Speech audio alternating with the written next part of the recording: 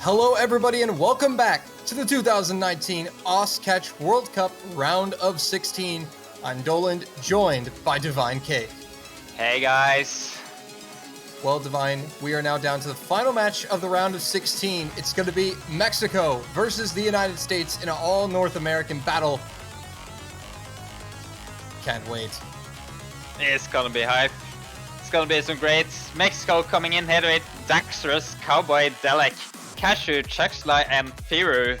And on the American side, it's going to be Chicken Bible, Kendall, Karisu, Zach, Rostel D, formerly known as Guillotine, and Lexi.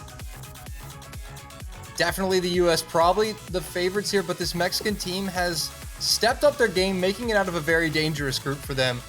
So they'll be looking to prove themselves against this American roster. There's definitely some close matches there, especially versus Italy in the group stage, but they're now hoping to prove themselves here, proving that they have the ability to stay competitive in the knockout stage. Yeah, still, missing Ponchiwi's definitely gotta hurt this roster, but Daxteros has stepped up and done the best he can to kind of fill that role. But this Mexican team definitely is more well-rounded, I think, than in past years. So they're definitely a little more threatening, I think, in many people's minds, but they still face an uphill battle here against the United States as we see the lobby and get ready for some warm-ups. Oh, I'm really hyped for the United States warm-up here, as I talked about earlier today. I haven't seen it yet. Gotta judge who is the winner of this year's warm-up competition. The meme warm-up competition, yes. Right now, we see Chicken and Bible and Kendall hanging in there. Cowboy's defected. He's crossed the border to Texas. He's a true cowboy now. Nah, he'll be moving back over shortly. Most Hopefully. likely. Hopefully No for the Mexican team. No mutiny yet. Yeah, no mutiny allowed here, guys. Let's just take it easy. But when you kind of look at the map pool and these two teams, I think like the unfortunate part for Mexico is I don't think there's really a specific area that they kind of will stand out against the American team. When you go to Hidden or Hard Rock, unless they go for double time, I'm not too sure how good Mexico's double time is. I mean, I guess that's true. United States is fairly well-rounded in all of the mod pools there, so they should be a hard competitor to win any maps against.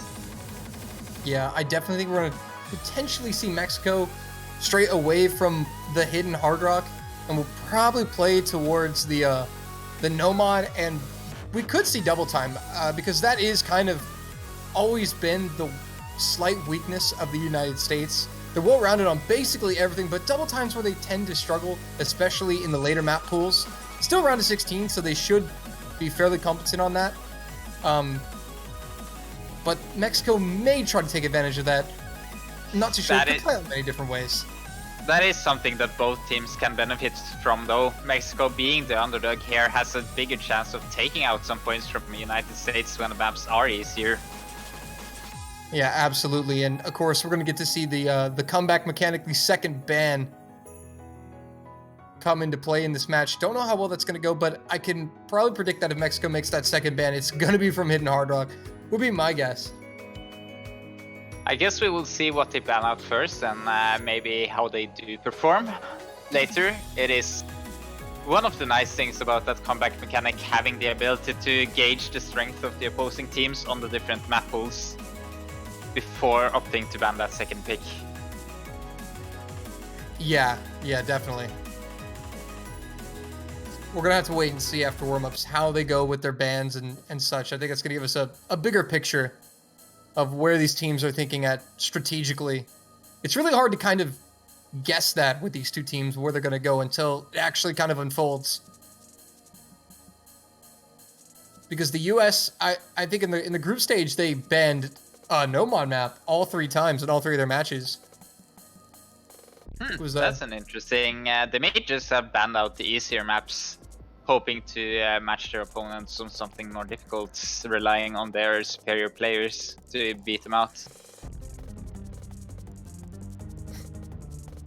And apparently it seems that this is now a group effort to try to return Cowboy to the proper side Cowboy refusing to join his own team here. Cowboy is a full-blown Texan now. He is American now, ladies and gentlemen.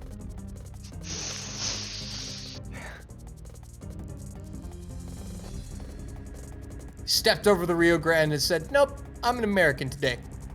Biggest plot twist of 2019. Top 10 anime betrayals right here.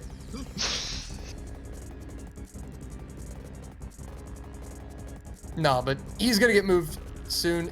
It could be he has like lag issues, and sometimes I know you have to kind of kick someone from the lobby because sometimes they lag out and their spot's just being held. We could have one of those situations. Yeah, a bit of issues here organizing this, but we will fix it shortly. Yeah, because the United States can't bring in their third player until Cowboy moves into the proper slot. And I think they're also trying to get Guillotine or Rossold here in as the third player, so trying to sort things out here with the officials. But we should be rolling right on into warm-ups as soon as this is resolved. You gotta love the technical difficulties, Cake. It's beautiful. Makes everything better. It's mandatory. It makes it more human, you know? Yeah, it can't be a Catch World Cup without some slight technical difficulties.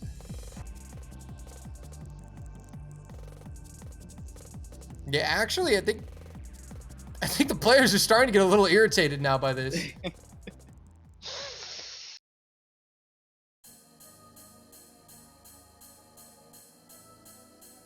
Nerves playing in here, wanting to get some match going maybe. Well then, I can't really talk about Mexico. Can you tell me anything about the United States? How do you feel about their players? Well, the biggest question mark that the U.S. had coming into this World Cup was their roster. Obviously, they're without Playboy now, but they have two new players making their World Cup debuts this year in form of Kendall and Lexi. We all know Lexi is an absolutely savage hidden player, is capable on no mod, and we know Kendall is very capable on mods as well, but seeing how they would perform in a World Cup setting was the big question mark, and Kendall and Lexi definitely were up to the task in the group stage. Kendall put in multiple FCs, same with Lexi, so I don't think tournament nerves are going to be a big deal for these new two players as we see them on the screen. I think that was the biggest kind of worry for the US is how will these two players fit in with the chemistry that these other players already have. And it looks like they're fitting in just fine and not really feeling pressure at all. That's a good thing to hear. Maybe because of the easy group stage, or at least for this strong team, the fairly smooth group stage, they could play themselves a bit in, feel a bit more comfortable, and get a bit of that tournament experience before it actually matters. Yeah, or definitely. Really push to take those points. Yeah, but I've already seen a few people in the chat talking about the CWC food they're currently eating. I see somebody's eating some lasagna. Motion said he was eating some instant ramen.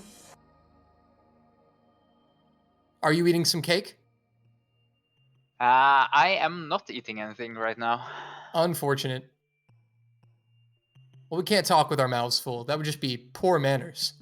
It would be, so I figured I would eat before commentating. Yeah. Also, fun fact about Mexico versus US.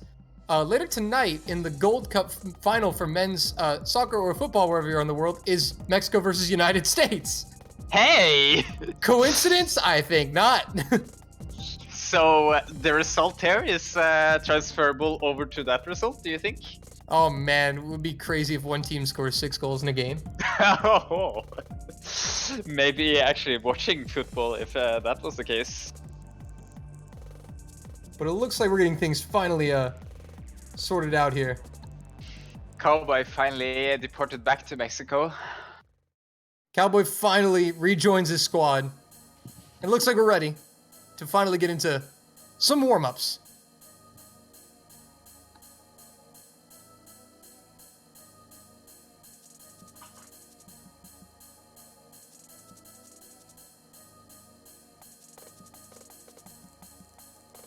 Switching here, we're going to be getting Anti-Life here first, and it's a US warm-up, as you can see the mapper.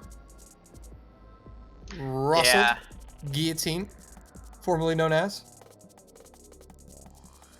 Heard some boring words there from Chicken Bible. This not being a meme map. You know, sometimes the Americans don't go with a meme, they just go for a map they like. It really depends on the mood. Sometimes they're in the mood to have some fun, sometimes they just want to play a fun map.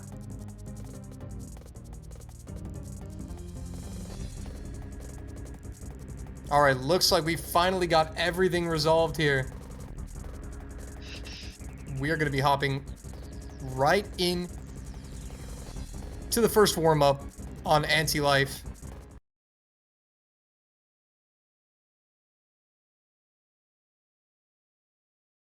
I like that star rating. It's a nice star rating.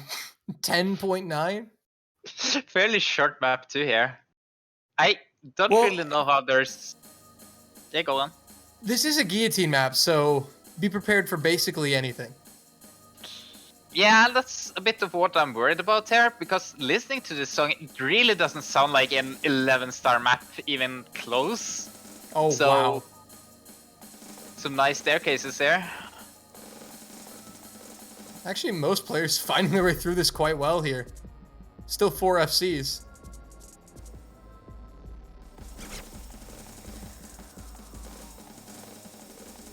CX Lucia going with that hidden no fail. Going for the style points here. Cowboy had a 300 combo. That is pretty ridiculous on this map. It's pretty strong here.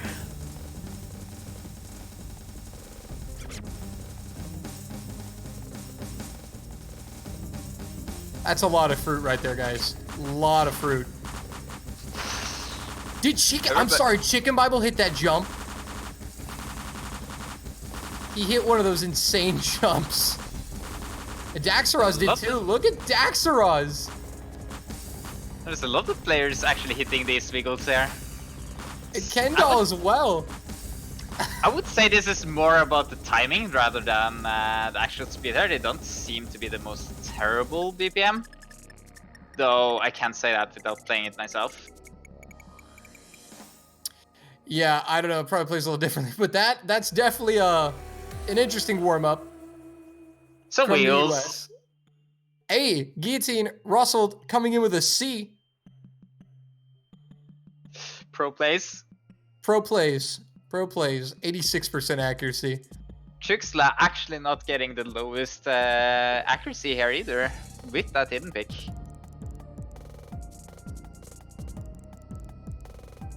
Interesting. Well, we'll see what Mexico has for their warm-up.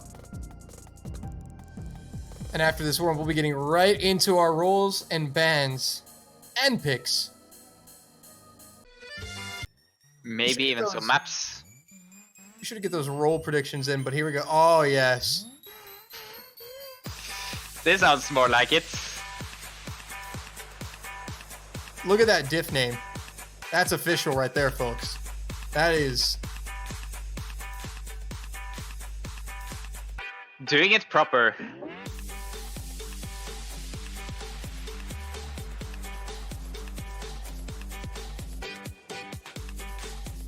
Having some cowbells there, I do believe. Oh, there's Zach. By the way, fun fact, Zach is now the only player to have participated in every single Catch World Cup as of this year. On all teams? On all World Cups. That's a fun stat. It was him and AFB for the longest time, but AFB unfortunately not playing this year. Means Zach is now the Iron Man of Catch. OG player. Oh, I like this BPM change here. Oh, this is going to be interesting. Delta Max 2.0.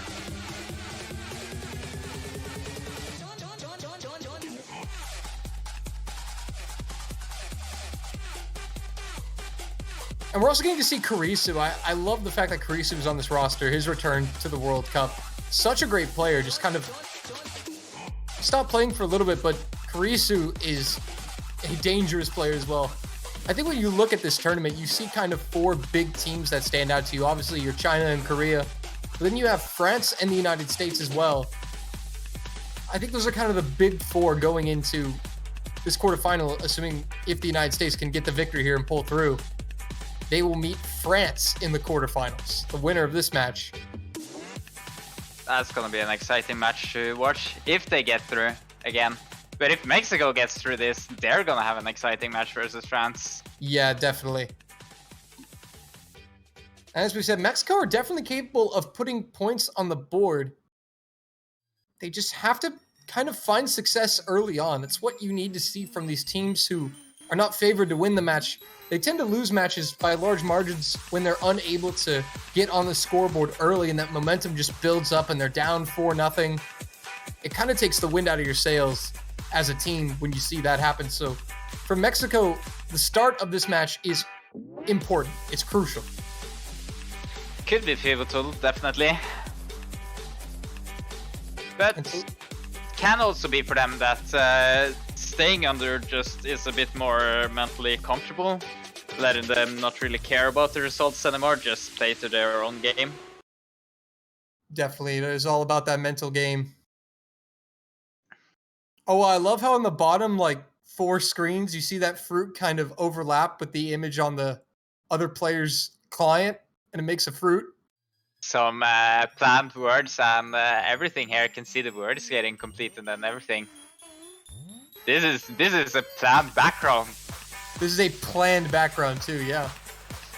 So we will see what happens in the actual map, but this is a strong contender for the best background of CVC Warm-Ups 2019.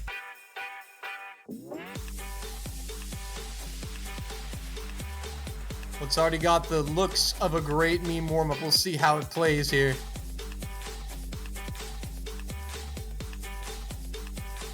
Seeing a lot of mons here, especially 6 Lucia going hidden Hard Rock.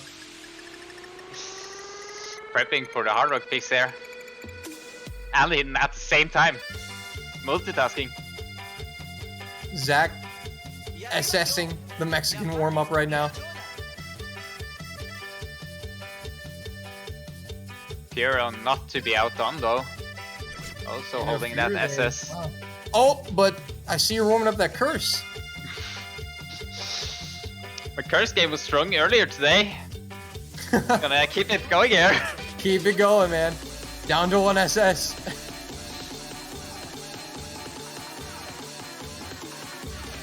Looks like a fairly, like, not too crazy of a warm-up, but still definitely has some difficult patterns here. Some bullet trains, though definitely not the harder of the warm-ups here.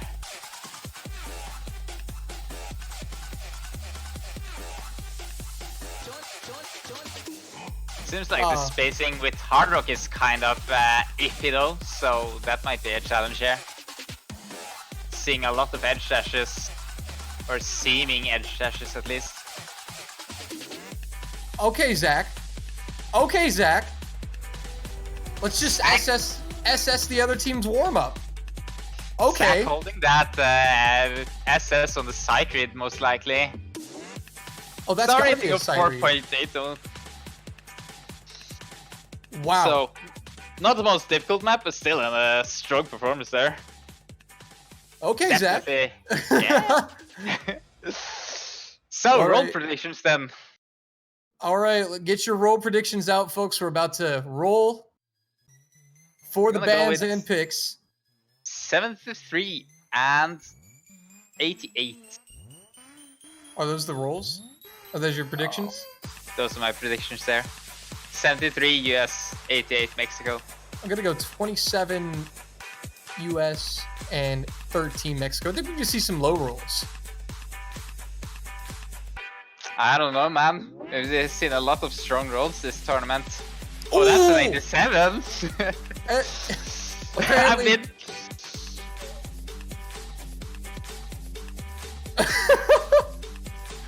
Guillotine's like, I want to roll too. Russell. But Chicken Bible is the captain, so his roll will count. Zach says, no, I was the captain last year. Let me roll. Lexi says, I'll try. Look at these rolls. Yeah, everybody's been practicing their They're roll taking game the since good last rolls year. from Mexico. They're taking all the good ones. This is a team effort here. Just take the average.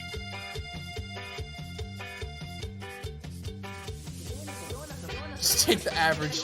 But Chicken Bible's roll will stand.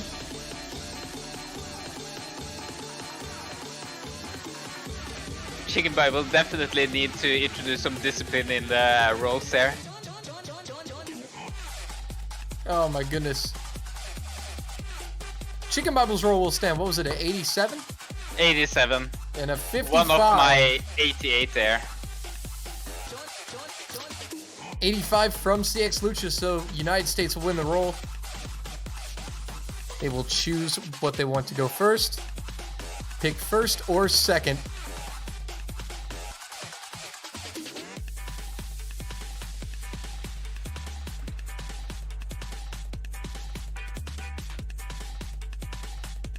Oh, that's not good news from Lexi.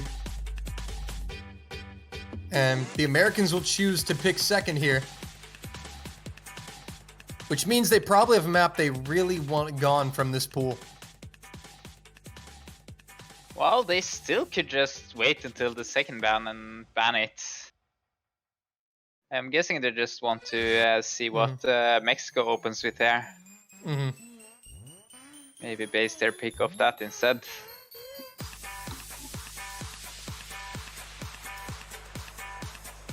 Sound advice here for, No, they from banned Zach. my favorite one. They banned colors. No. No Not code Lelouch. Oh, I wanted to hear that epic intro, man. How could you? Mexico will ban True Eyes, so AR7 getting the ban. They're like, we know you have Zach, alright? We don't want anything to do with the hidden picks here. That is fair.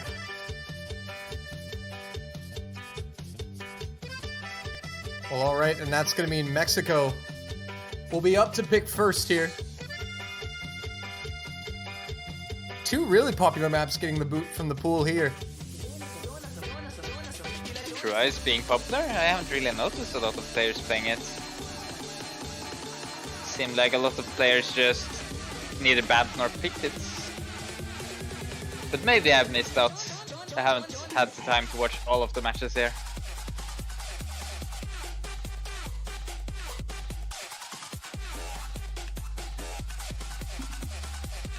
So now the question is, where is Mexico gonna go? We'll see if they go for the no mod or potentially double time left untouched here, but I don't think they're gonna pick hidden. I would guess no mod, but I'm not that confident on where Mexico's ability stands. Neither United States really, so I'm not gonna place a lot of confidence into my picks. Into your guesses here. Yeah. Mexico really taking their time here. And as I kind of mentioned earlier, this is a really important pick for Mexico because their first pick, a chance to get on the board and establish some momentum, get some confidence. So they really want to pick a map that they know they can do well on.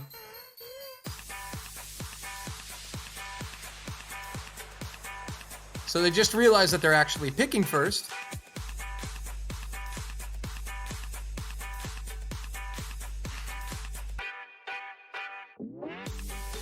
Probably used to teams winning the roll and then picking first, but the US elected to pick second and ban first.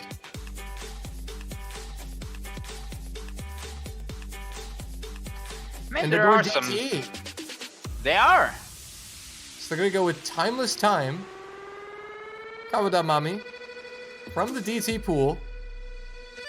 Timeless time, double time.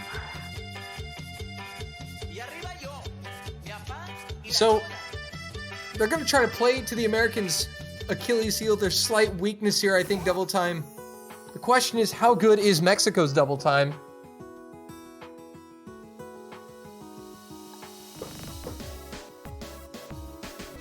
but you know the US are going to bring a decent roster as we see Russell, Chicken Bible. Filling the lobby, we have Daxaros, CX Lucha, and Cowboy in the lobby from Mexico right now.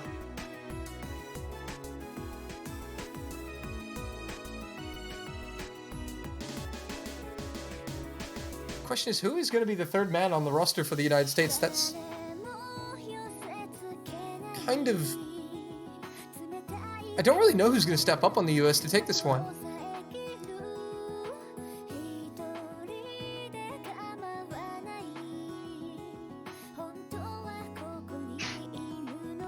And they're rolling forward, it looks like. Kendall being the winner here. Yeah, Kendall will step up, and he's played a fantastic World Cup, played a fantastic group stage. So hopefully he's still feeling good with that momentum from last week. Gotta love it, rolling for the players.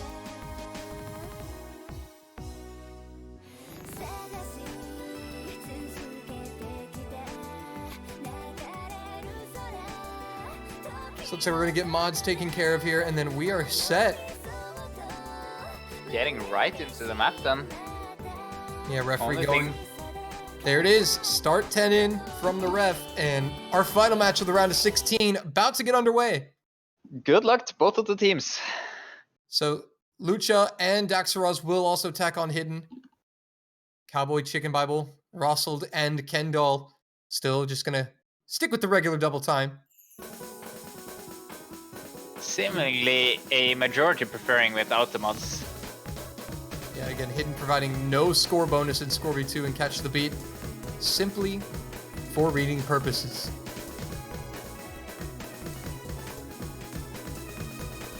Starting off, we see a few droplet misses from Rosald up there in the top, but no combo breaks. But we know that Rosald is going to make it up on the spinners, and the US have the lead. The US are so good at spinning because they have Rosald, formerly known as Guillotine. Great spinner, and that's going to make the US that much harder to beat in these maps where you have spinners. Score is kind of fluctuating, though I wouldn't call it a lead still. It seems to be a lead, but only by 1 or 2 bananas here. Yeah, it's minuscule at this point for the United States. But so far, nobody else missing, and Mexico, credit to them, they're keeping up with the US here. As we're into the final half now. Cowboy though, Cowboy wouldn't find the missing. miss. That was a big miss from him, missed several notes there. And the USA gonna take the lead. Eking out the early advantage here. Probably gonna take this too as we near the end here. Yeah. US look very comfortable right now. And I don't know if there is enough time for Mexico to catch up unless there's an implosion from the US. Gonna need at least 2 misses by now, I think. Yeah, definitely. But one Just miss. not gonna happen. They're all really playing solid here. All the players really, just an unfortunate miss there from Cowboy. CX Chuck Lucha. Slot just Gonna give it missing up. at the end. Yeah, he drops it at the very end. Doesn't change the situation. The United States take the opening break point at Kendall with an SS. Seems the roll from Chicken Bible paid off here. Yeah, these new players coming in for the United States, making their debut in the World Cup. Kendall already putting in phenomenal work. And SS has got to feel good for him. But your MVP is going to be Rosald, outspinning him slightly. And the US are going to go right for Hidden. They're going to attack that pool. One of their strengths here. They're going to go with Donor Song here. And they definitely want to get these Hiddens in before Mexico gets that second ban and a chance to knock out one of the Hiddens.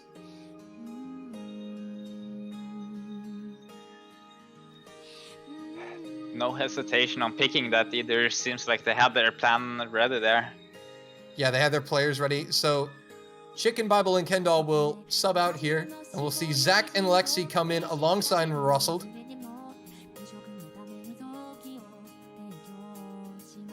This is the Hidden lineup from the United States. It's quite a potent Hidden lineup. There aren't too many Hidden lineups that could probably beat this on average. And Lexi, another one of the new players coming in. An absolute monster on Hidden. Then you have Zach.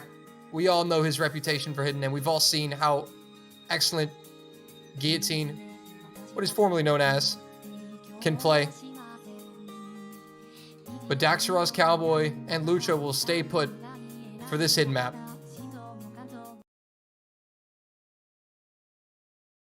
So here we go. Going into some AR8 hidden. And again, this is right up Zach's alley. So Mexico already kind of starting on the back foot here, but we'll see if they can hang tough and snatch a crucial break point. This would be an amazing break point for Mexico if they were able to take it to win a hidden pick. And then if they're not confident on the last one, if and when they get that second ban, to ban out that last hidden pick could be crucial for this Mexican team. An early miss there from Daxaros. Yeah, Daxaros is going to find that first miss early on. AR8 is so slow, and we just played double time. And this is the entire Mexican roster that just played double time, now playing AR8 hidden. Whereas you had 2 substitutions on the American side. There's a big change between those two. Not as big as, say, Hard Rock to AR8, as the double time speed up of the catcher is also a significant factor there. But it's gonna be hard for them to readjust their reading here. Yeah, but fortunately for Mexico, it's a 3.5 minute long map, so there is plenty of time for them to get back in it. As Daxaros does recover his combo back up to 200, stop the bleeding. 50 combo behind currently. Only gonna require 1 miss from the United States at this moment. Yeah, and actually a miss from the US would hand the lead over to Mexico, but yeah, but Cowboy's gonna be there first there. A Cowboy, the next one to drop here. It's still a triple FC from the United States. Lucha's dropped, so all Mexican players have missed once. Cowboy again. And the US looking very comfortable on AR8 hidden. Double SS here. Slight accuracy drop from Lexi is all they have to show here. Daxaros will continue to struggle up there, finding yet another miss. And again, accuracy is tanking for him.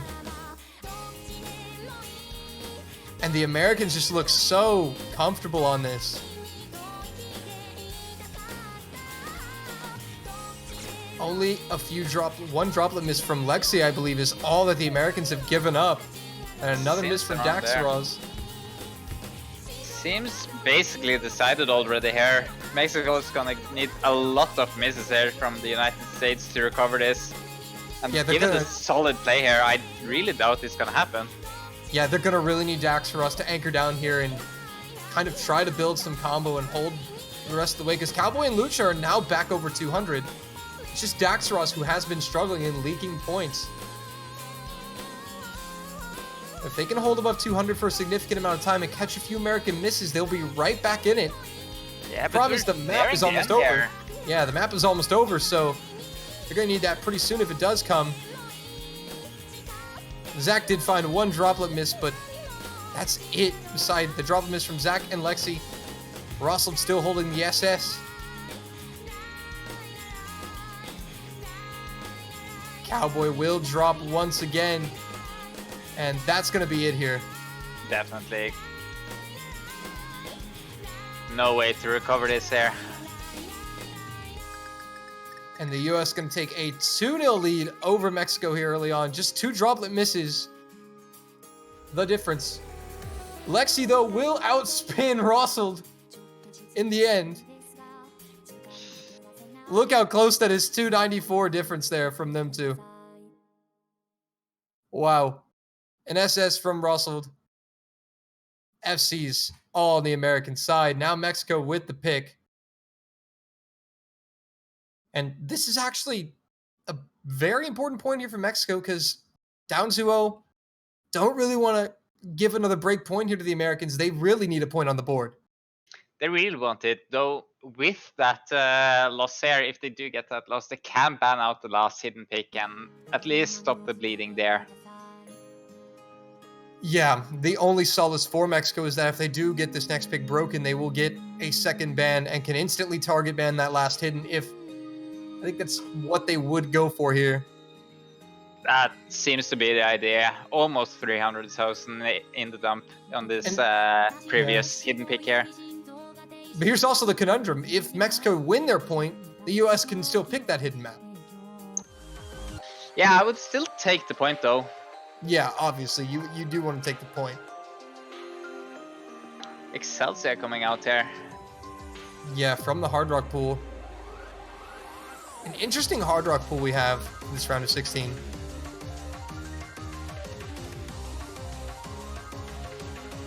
You would say so? Yep, I mean, there's a lot of good songs. There's a lot of good songs. I just, from what I've tried of them, they really don't seem that terrible to play through. Not a terrible difficulty spike from the group stage here. Yeah, problem is the United States, an excellent Hard Rock team when you've got Chicken Bible and Russell right there. I think the general problem with the United States is they are an excellent team all around. Yeah, but Mexico, I think, is a little bit more proficient in Hard Rock than other mods. If I do remember correctly. Well, we will quickly see here as we get into the map here shortly. Yeah. Molkis says Mexico is an HR country. But Lexi HR. Not something he's known for, but he can do it.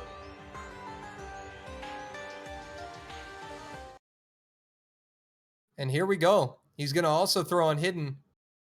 The entire Mexican team will add Hidden to their Hard Rock. Chicken Bible and Russell, the only ones sticking with pure Hard Rock. Lexi, the Hidden specialist, no surprise there.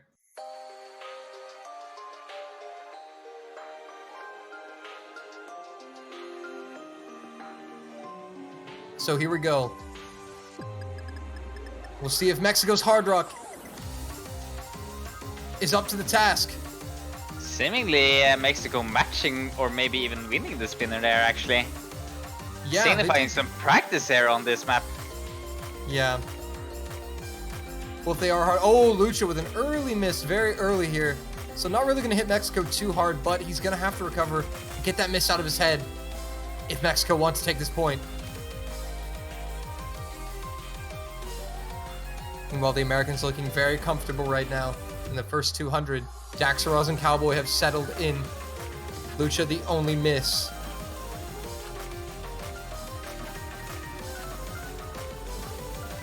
And he's now hit 200 combos, so no more points being leaked over to the American side. Mexico. Decently there for the United States. Both 30,000 here. Yeah, still the triple SS from the US side. Cowboy also SSing on Mexico's side. Daxaraz with a few droplet misses. The miss from Lucha is the real difference maker here. And should the Americans find a single miss and Mexico hold their combos, it's going to get really tight. It will be really tight here. They do have to hope for a miss, but we are nearing the end part here and it is harder. So you might see a few more misses here. Oh, it's Chicken Bible. Gets caught out. Here come the Mexicans. There's still time left in this map for Mexico. Yeah, another miss there from Chicken. That's going to be enough. Another miss there from Chicken Bible, and that's going to give the lead to Mexico. Can they hold on here? Just need to play solid for this final 10-15 seconds now. Mexico trying to hold on. It's what will be their first point of the match. Coming down to the very end. And Mexico look as if they have their first point of the match on the board. And indeed they do. Take that point there. 2-1 the score. SS is coming out from Lexi and Russell, but it was the misses from Chicken Bible that handed it over to Mexico. Just got caught out of tempo on one of those little hyper dashes, and he dropped several notes.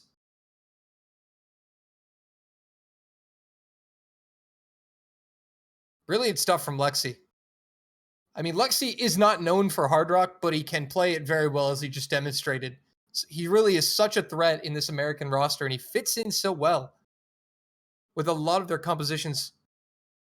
But Mexico, able to play really solid as a team. Just the one trip up from CX Lucha. Exactly what they needed, Divine Cake. Yeah, exactly. But we can see here how solid Mexico needs to play versus the United States. I do believe that's the first miss the United States has had this tournament, or this match here rather. And only a slight miss there from Chicken Bible, and Mexico takes the lead right away. Yeah, well done from Mexico, but they only have one more Hard Rock pick. So yeah, United States banning out the other Hard Rock pick here. Much to Dolan's dismay, it seems. Why couldn't you ban the other one?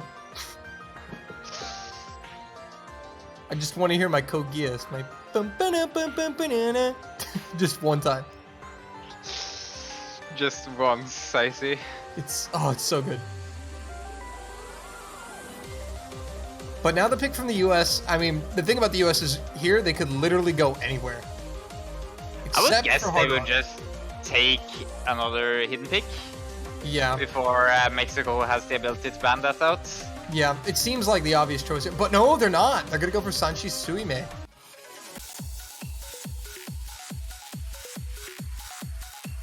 It could be just an awkward hidden pick that they may not want to play. Could be.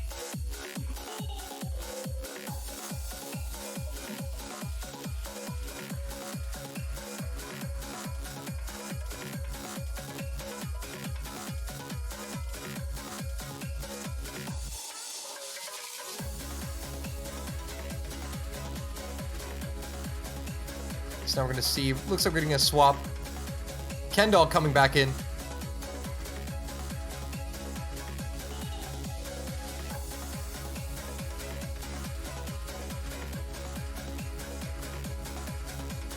And still, I don't think we've yet to see a substitution on the side of Mexico. I think that is correct. It's been Daxaraz, CX Lucia, and Cowboy. We know they do have Firu, Jisenkyo. Mexico has some okay depth to their roster. So we'll have to wait and see when they're going to use it. But here we go. Once Daxaraz decides to load in here, there we go. So the consistency Nomad here. The AR 8.8. Long song, long dashes. Long dashes Maze. indeed. May see some misses there.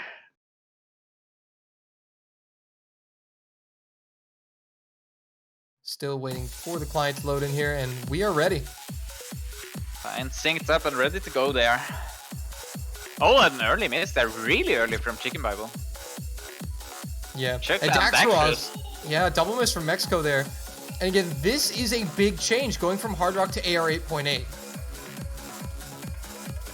Again, that's what these Mexican players are having to deal with right now because they're not subbing players. These players are playing double time, then going to like low hit AR hidden, then double. Yeah, I can see the penalty there from Chexla going way too early on that one note there.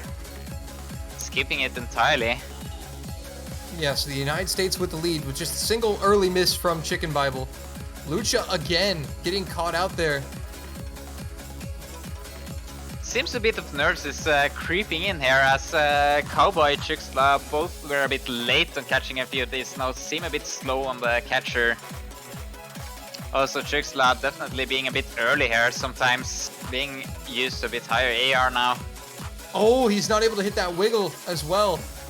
That's a big drop there from Lucha. Gonna extend the American advantage even further.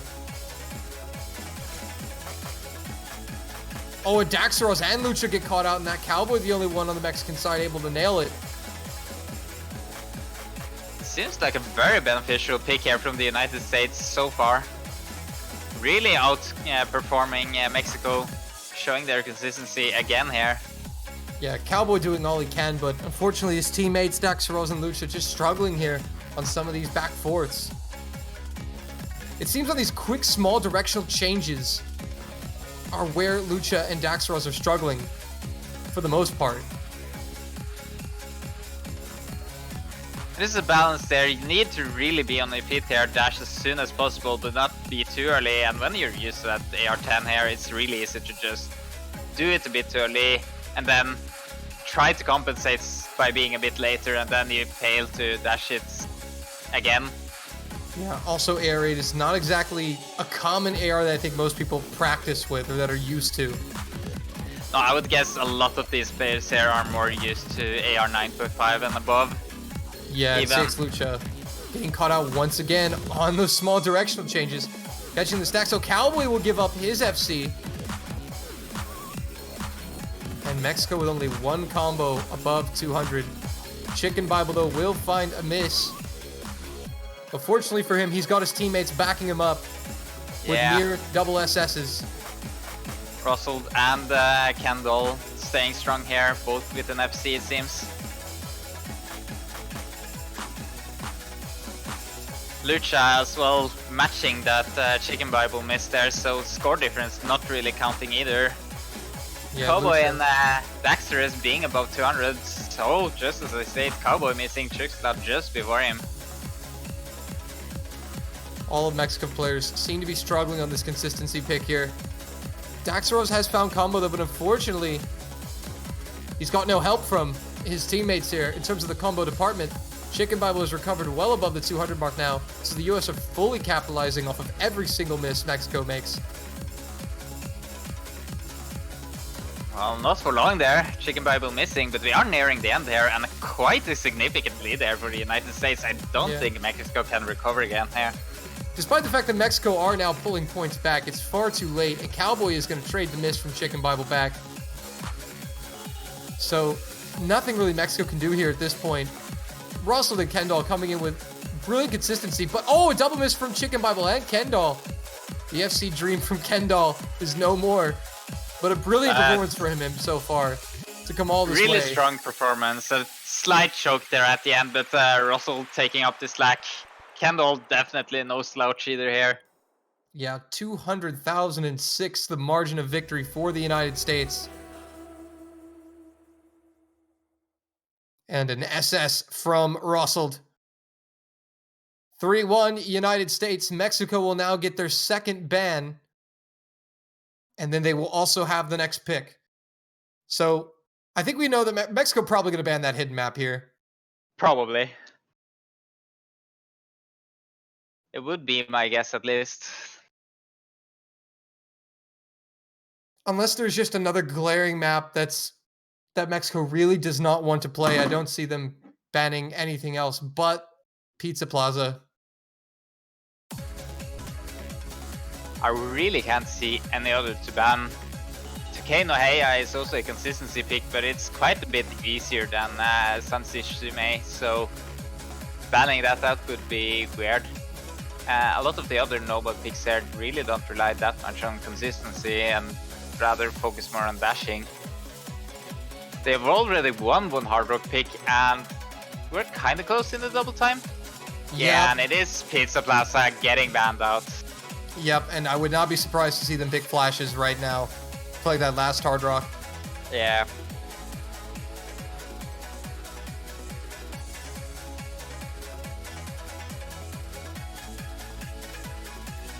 Okay, Zach, you can leave. Oh, poor guy. And yep, there it is, going for Flashes. So Hidden and Hard Rock are going to be completely exhausted after this. Only Nomad and DT will be left in the pool.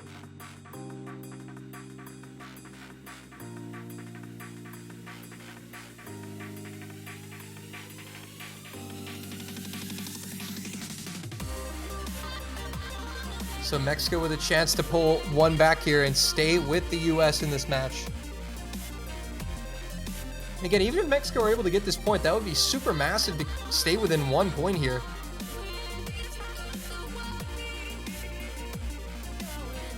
The problem is that there's only Nomad and DT left after this pick. I don't really know how Mexico are going to be able to find points here, easy points here in this pool against the US.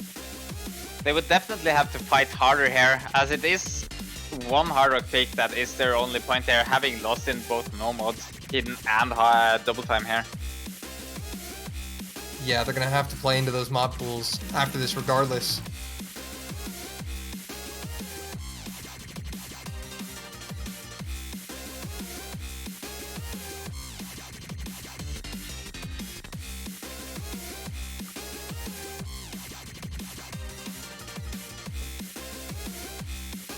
So now waiting for the players to get ready. And Kendall's going to stay in here, and this is a pretty good Hard Rock lineup. I thought we may see Karisu come in for Kendall, but if Kendall is feeling confident on this map, I would let him play. When Kendall is confident, he plays very well. Yeah, we've seen a few strong performances already in this match here. So, if he's feeling it, just let him play, man. Yeah, but CX Lucha also does have the #1 play on this map. With the hidden Hard Rock score, so...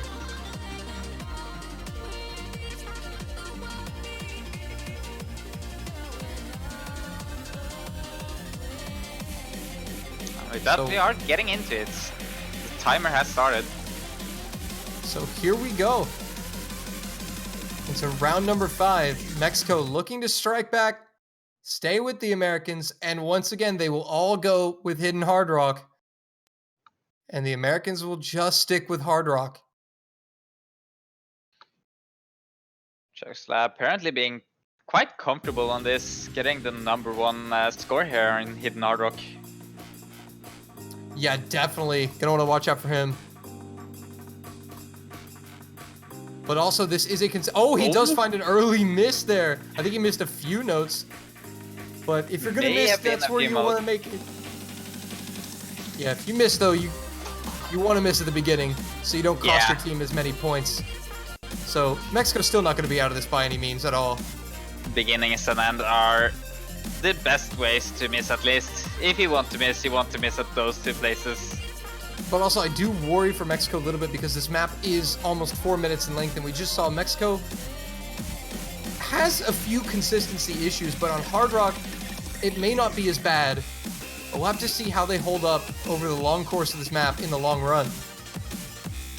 We'll see how confident they are on the high AR, high CS maps area. Can they get those edge dashes in? Yeah. Can they also, time all of their jumps? We did forget to mention that Russell did miss also at the very beginning. Oh, right, that was a quick miss there. Yeah, at the very beginning. We did not point that out, so that's why the score is still insanely close. But Lucha's miss coming a little bit after, allowing the US to get that lead. Just barely. So far in the opening third, everyone looking pretty comfortable on this. The US with that slight advantage. And just look at that. About 10,000. Yeah, about 8,000 around that mark. Just under. Like 7,800. Crazy close.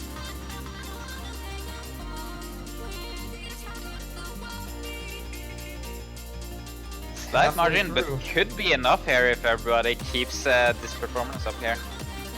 Yeah, that could be enough for the US at this point, but still much map left to be played here. And they know Mexico are good on Hard Rock, but also Mexico know the Americans are good on Hard Rock as well. And that's why I was really looking forward to seeing these two teams battle here on Hard Rock.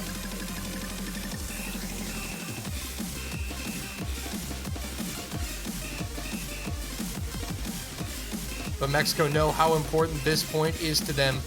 It's important that they win as many Hard Rock picks as they can. I didn't know that, but that can work against them. Playing into this streaming part, their consistency is key. And we'll see how they handle it. Here we go. Everybody hitting that little wiggle. Coming into the final quarter, still one miss changes everything. And Kendall! It's Kendall who breaks. Talk about it.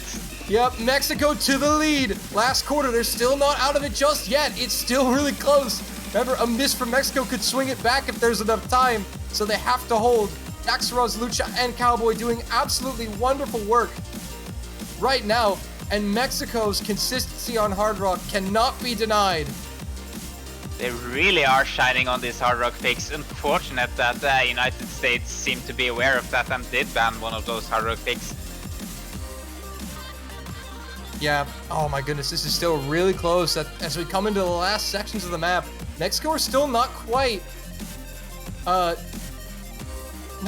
there yet. They gotta hold on a little more because Kendall's over 200.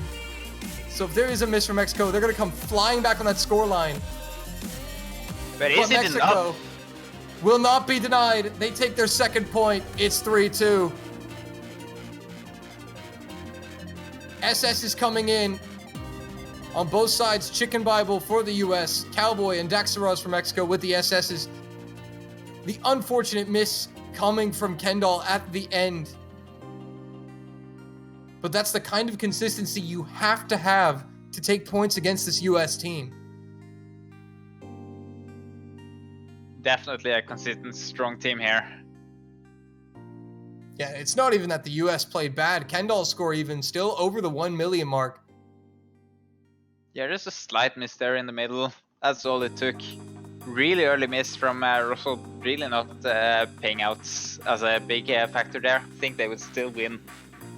Just that miss in the middle there. Yep, the Americans will go for Tokiro here in Nomad. Opting to swap back to those low ARs again. Yeah, well, they took points on it. They know Mexico struggled on it. They will definitely struggle again if they cannot swap out a few players here. Yeah, but now here's where things kind of changed for Mexico. They did an excellent job winning those 2 Hard Rock picks. But now there's no Hidden, there's no Hard Rock, there's only Nomad and Double Time. And now Mexico will finally make a substitution. Firu coming in for CX Lucha. Karisu will step in for Kendall on the US side.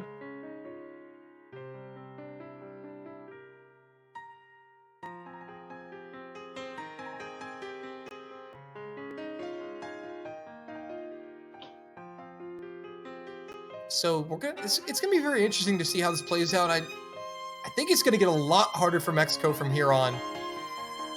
I think that Mexico may have to bet if they're gonna get any more points, will probably come on Double Time. Maybe they did lose one though, but they may have practiced more for a few of the other maps, knowing that they wouldn't have enough to just win on the Hard Rock picks there. Yeah. And here we go. Onto the AR8 Nomad. This one, very short, 2 minutes. About 2 minutes, so misses are crucial here. And misses can be rapid as well. We'll just have to see how strong these players can perform in these changing AR environments. Yeah, we are going through some crazy AR changes from Hard Rock now to AR8 Nomad. But Firu, actually the sub, finding a lot of accuracy misses here. But Karisu does drop as well, so the substitute's struggling right now. Karisu missing yet again. This is such an awkward chart here, and he's really struggling right now. Doesn't really matter about that accuracy as long as you can get the combo. Karisu, meanwhile, struggling a bit on that. Yeah, really struggling there. And Firu able to hold the combo despite the act drop is going to keep Mexico ahead. So Karisu trying to recover and keep his team in it. Only about 1 or 2 misses there from Mexico. Does get caught out at the end of that. Might be enough here. Karisu will trade it though. So nope, Mexico still holds the lead. Halfway through. Quick map here. This is a very awkward map to sub in on, just due to the nature of it. And Firu will miss yet again. Will the Americans be able to capitalize off of it this time? No, Karisu trades it back. Yeah, and might be game. That might be it. We may be looking at a tie game right now, folks. Final quarter. If there's anything going to happen, it needs to happen soon for the US if they're going to take this point.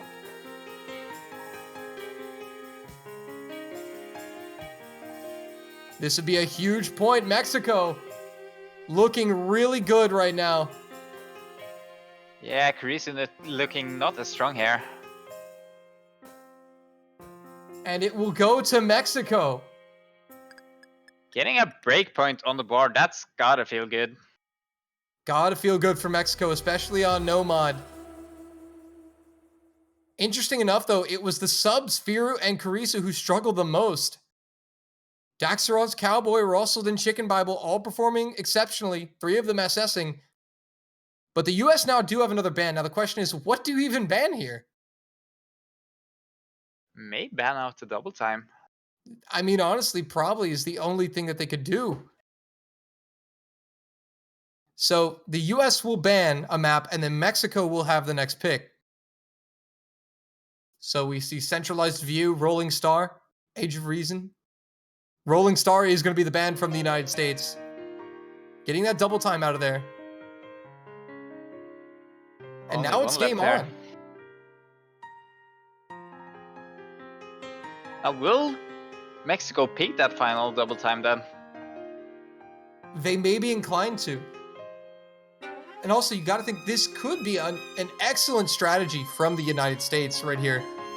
They maybe look at these 2 double times and think there's one we're good on, one we're not so good on. We'll ban one we're not so good on, and maybe we can mentally trick them into picking that one DT that we're good on. Or it could be that the US just don't like double time and want to get rid of one. Both are possible options there.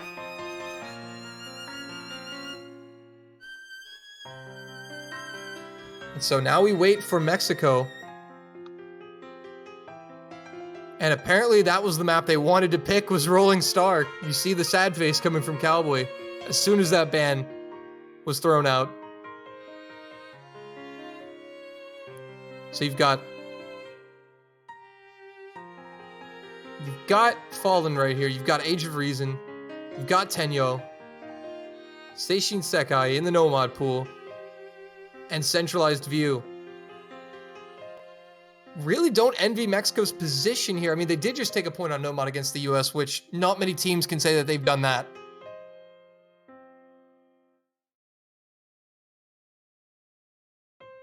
But how will Mexico respond to this? They have a really big chance here to take their first lead of the match. Yeah, question for them probably is, will we go back to another Nomad pick here, or will we just try a double time here? Seems that United States are tripping them up a bit here. Yeah, really did trip them up here with this ban apparently, because they're thinking really hard about it.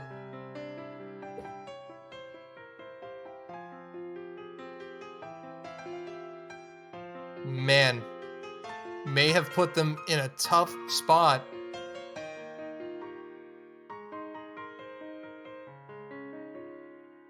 We just get to listen to this piano music. Can't complain. It's chill. Wow. I mean, the Mexican team appears to be stumped here. Countdown finished.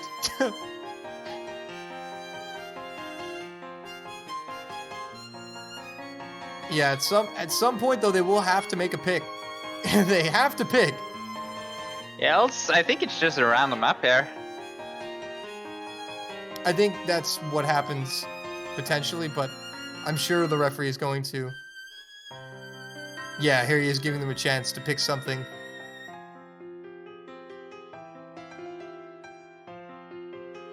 But also, we've got things to do, all right?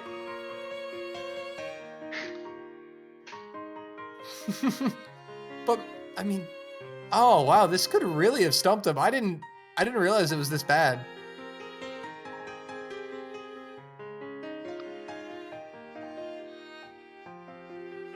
Yeah, oh, yeah. So Mexico don't have that much time left. The referee may give him one final chance to make a pick before it's just rolled. They do pick Fallen though, so Mexico going for Nomad. So thankfully they're able to get their pick out. Getting the pick right at the end there. Man, you've got to wonder. Yeah, I'm not sure about this pick here. Because seems that Go on. do you think Mexico, how confident does Mexico feel about this pick? It took them so long to decide it, so... I don't think they're confident at all. I would actually give the edge here to United States. I would think they would pick this map, given the fact that they really need to have your consistency on those dashes throughout this map, really have to have your timing down. And it seems that Mexico have struggled a bit on timing their dashes at the correct point here. But they have picked Fallen. There's no going back. There is no going back here.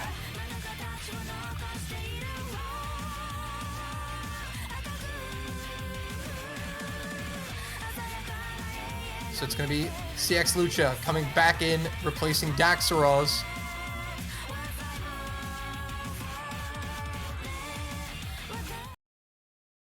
Firu and Cowboy still on the Mexican side. And for the US, it's going to be Russell, Chicken Bible, and Lexi. Getting some psychopaths in here.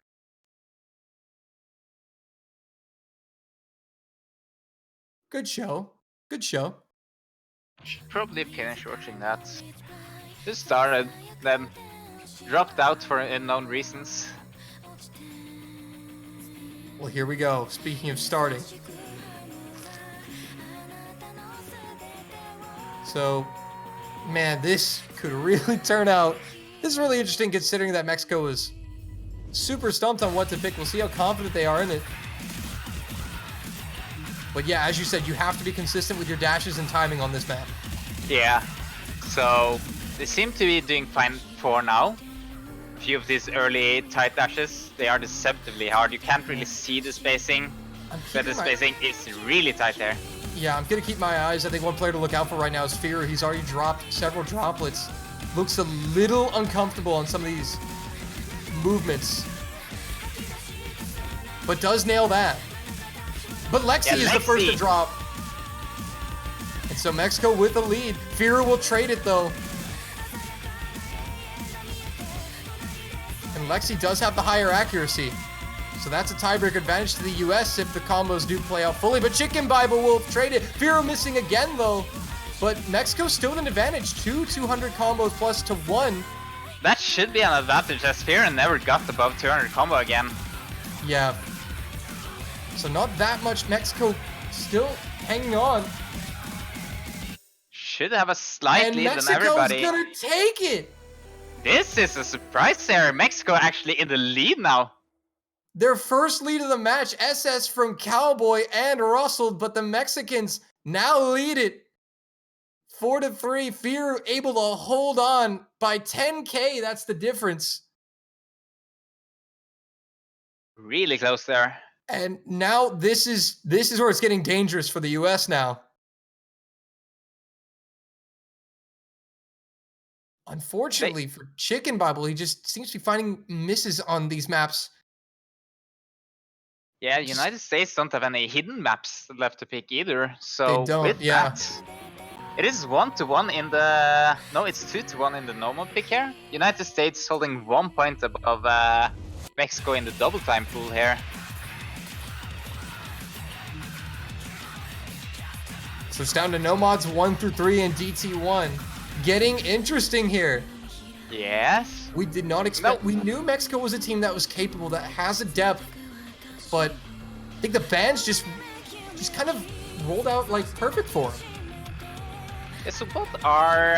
oh, the CLSW. I was gonna ask what they would pick here, but they're right onto Minato Ikina. Tenyi no Mai. Nomad 2.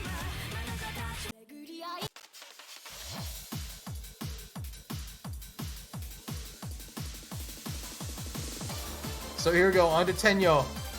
And I think the Americans realize now that it's on. This match is on.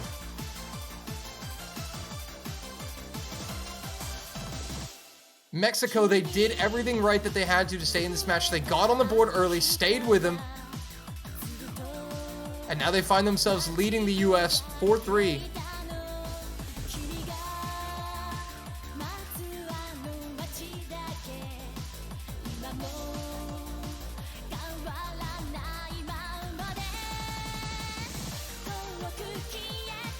But yeah, there, and credit, Chicken Bible crediting Mexico right there. Brilliant sportsmanship. I mean, Mexico is playing an insane match right now. I think much better than most people did expect. Really strong performance on the day. But one thing that both these teams need to remember is that the match is not won yet. Mexico does need to win 2 points more. United States only 1 point behind here. Yeah, and with their pick, they can equalize it right there. Right here. Yeah, they really need to equalize this and put the pressure back on Mexico, because I think that if these teams do go to a tiebreaker, Mexico will be at a slight disadvantage, considering that the length, consistency required for a tiebreaker, and that it's not Hard Rock, and you're allowed to put Hidden on the tiebreaker, which is something that's going to favor the U.S., I think, more than Mexico. So Mexico very much wants to finish this before it goes to tiebreaker. Are getting right into it, though. Gonna look out for those staircases towards the end, expecting a few misses there and maybe all full combos until that point there. Yeah, Kendall is in for this one. But here we go. US on their Nomad pick.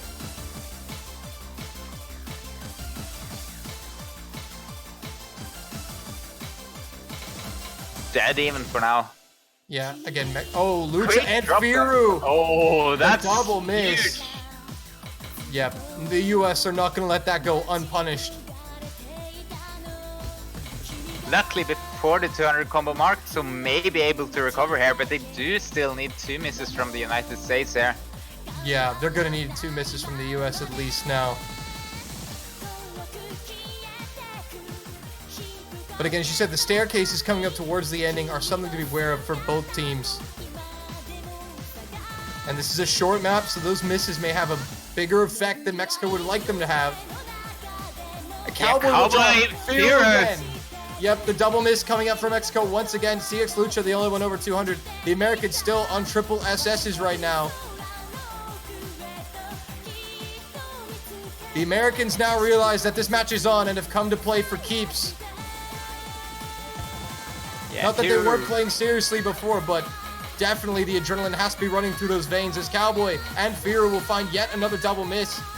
Not helping the Mexican cause. Firu is struggling a bit on the day here, it seems. Not really having the time of his life right now.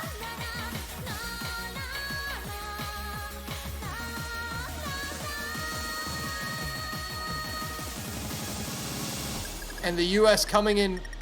Brilliant stuff, a triple SS, a brilliant response from the Americans. Couldn't ask for anything better. Firu will fail. And the US with 3 SSs tie it up at 4. Oh, that would be really tough if Mexico was in the lead there. Miss at the end there, or fail there even for Firu at the end. But 3 SSs, hard to argue against there. Yeah. Lucky number 7. Lucky number 7. But here is the biggest test that Mexico is going to face this World Cup. The pressure now all on them. They cannot lose this next point. They would at least really like not to here. Yeah, you have 2 Nomads, a DT left. You pick a map and you lose this point. You give it to the US on match point with a Nomad left in the pool. So whatever Mexico picks, they have to be really confident on, and they need to win it. And that's why that triple SS from the US was the best thing that could have happened to them. Yeah, what do they pick now? Because they lost their double time again. They've won on their Nomad pick. They're opting for never mind here. So you have just a little recap of what's left available. Yep, the referee providing some assistance for the Mexicans. And another big decision. This is going to be the biggest decision. Yeah, will they have a plan now? Well, they do have 3 minutes to kind of think it over. Oh, no, they're not. Centralized view. They're going for DT. They are opting back for that. Double time, hoping to take a point here on the double time now. Chicken Bible apologizing to everybody who had picked 6-3 on their pick'ems. A very difficult pick, but Mexico picking it quite quickly.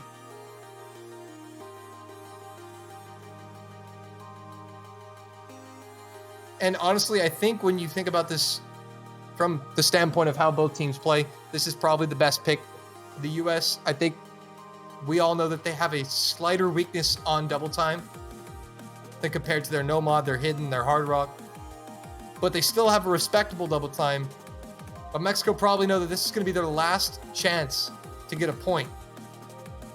If they can get a point, they can at least guarantee the fact that they'll see a tiebreaker.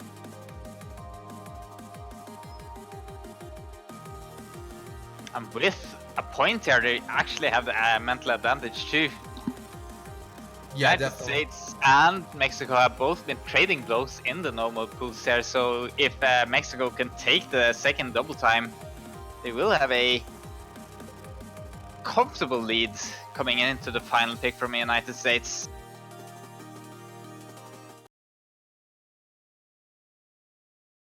Well, here we go. It comes down to double time. CX Lucha and Dax Faraz will throw on Hidden. Their teammate Cowboy going with just double time.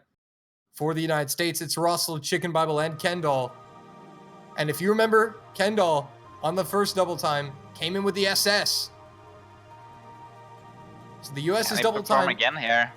Yeah, if he can deliver another performance like that, the US will be in prime position. But Mexico looking to at least send this to a tiebreaker. Yeah, I would guess the adrenaline is starting to rush here too. Could be a factor in here for the American team. Yeah, definitely nerves are going to start to apply. Maybe a little on both sides, but definitely right now there's more pressure on Mexico, I would say. Pressure to get this point and guarantee the tiebreak.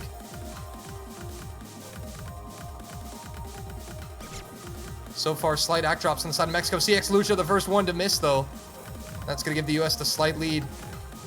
Quick map too, so lead is going to balloon here. Oh, another miss from from CX Lucha. Mexico need help.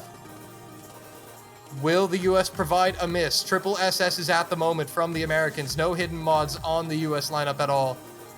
Yeah, it seems just as stable now as on the start of this match. Chicken Bible will provide the miss, though. And CX Lucha recovering to 200, trying to get up there to fully capitalize off the miss and try to make something happen. He's missed twice, but trying to give his country a chance here. Mexico going to try to run it back. I think they're going to need a little more. 1 or 2 misses there. I think one more is all it will take.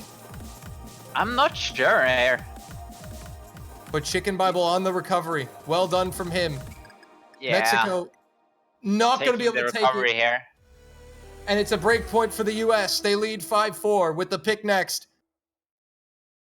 And the SS is coming from Russell Van Kendall once again, who has shown up big on double time today for the Americans.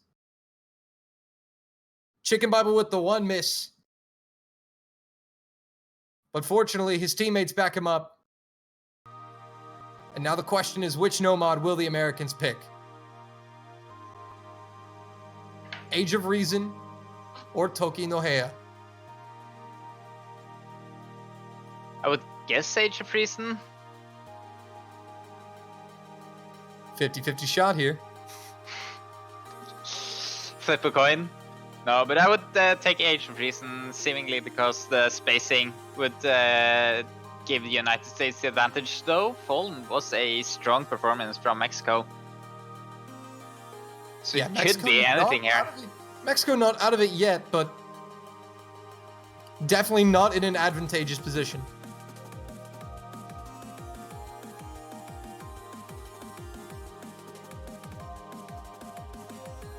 And no tiebreakers have been seen. This is the closest match of the group stages.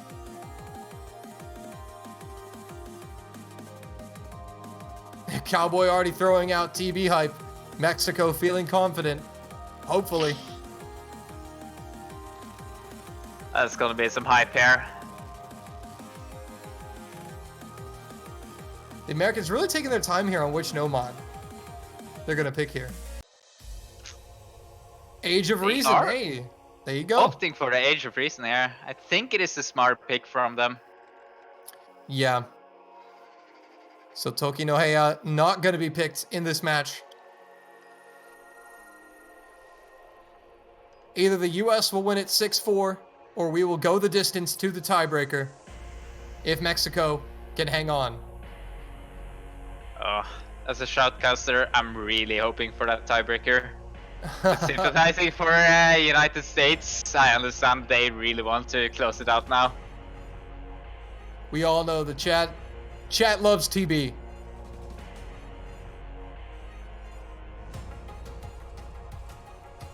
Yeah, Chicken Bob really giving credit, but we got to give credit where credit's due. Mexico has absolutely stepped up this year. And I think they went really unnoticed. They went unnoticed because they barely made it out of their group.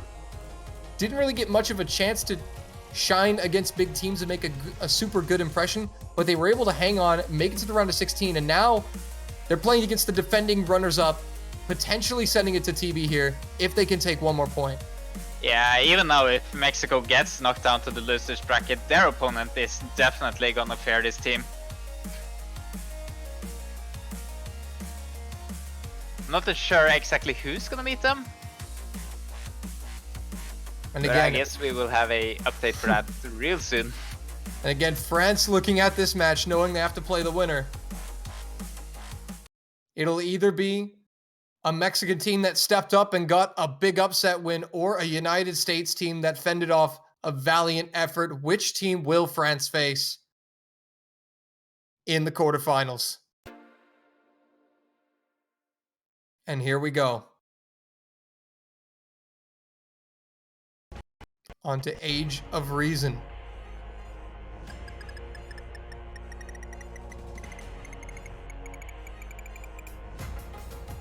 Such a hype map to get here just before the tiebreaker though. Yep. Really great And song. spinner advantage to the United States slightly. Yeah, seem to be taking a lot of these spinners. Rosald and Lexi being really strong spinners here. Here we go. It's only a 2-minute map. Some misses are going to be punished to the maximum. Into the first Ki. No misses yet. Not even at 200 combo. Firu! Oh, but he will be the first drop. And he's got to hang on if Mexico are going to have any chance of recovery here. But is it enough? Because Chicken Bible, Lexi and Russell all showing really strong performances here. Chicken Bible probably being the lowest performer here on the day. May miss something. A Cowboy with the miss from Mexico. Oh, that's gonna be devastating here. They need Really an believing that implosion. lead. Yeah, Mexicans need an absolute implosion from the Americans. Yeah, and another Firu. miss from Firu. And This that's is not looking good. Final Gonna need a quarter. triple miss here. Yeah, By and the looks final of it. quarter. The Americans looking like they're going to advance here. They're going to need something crazy to happen to keep them in it and send it to tiebreaker. Whoa, wait a minute. Okay, client lag. Some client lag there. Also, We have, okay.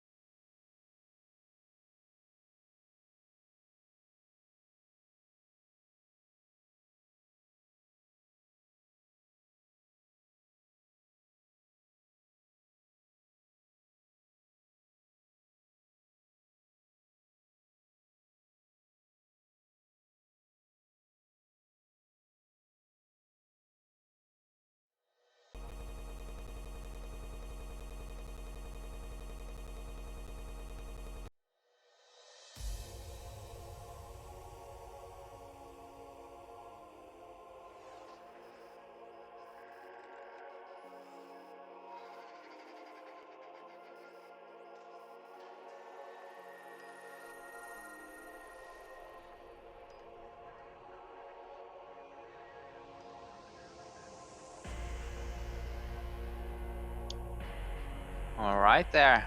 All right, well, sorry, we had a lot of technical issues just now. But the United States did win. They did clutch out in the end. It was a triple SS, I believe, for the US. Yeah, And strong. so unfortunately it showed that Mexico had won because a lot of disconnects happened there on the client, but Nobody actually disconnected from the lobby. All players submitted scores. You can check the MP link for further verification, but it is the United States taking the win 6-4 by 200,000 points on that final pick. So they are through to the quarterfinals to face France. Mexico are off to the losers bracket where they will face Poland next week. And Poland's gonna look a bit worried now, I think. Although we do need to update that score. It was 6-4, not 6-5. But the client did update and gave Mexico a point, so we've got some work to do on our end, but we apologize for any technical difficulties that occurred. I kind of jinxed it, didn't I? I said they need something crazy to happen, but I didn't think that would happen. That was a bit too crazy, though. It didn't really affect the score. So that would be an unfortunate crazy thing to happen here. Either way, congratulations again to the USA. Taking a point there, clutching it out in the end, but a really strong performance there from Mexico. I don't think many expected that. No, Mexico played a brilliant game. Taking the US to a 6-4 is a phenomenal feat. Nobody expected Mexico, I think, to play on that level. All of their players really stepped up in some way and really put pressure on the United States. And also credit to the US for Kendall and Lexi as well for stepping up and playing very consistent and keeping the US in that match. Without Kendall and Lexi, the US may not have won this match.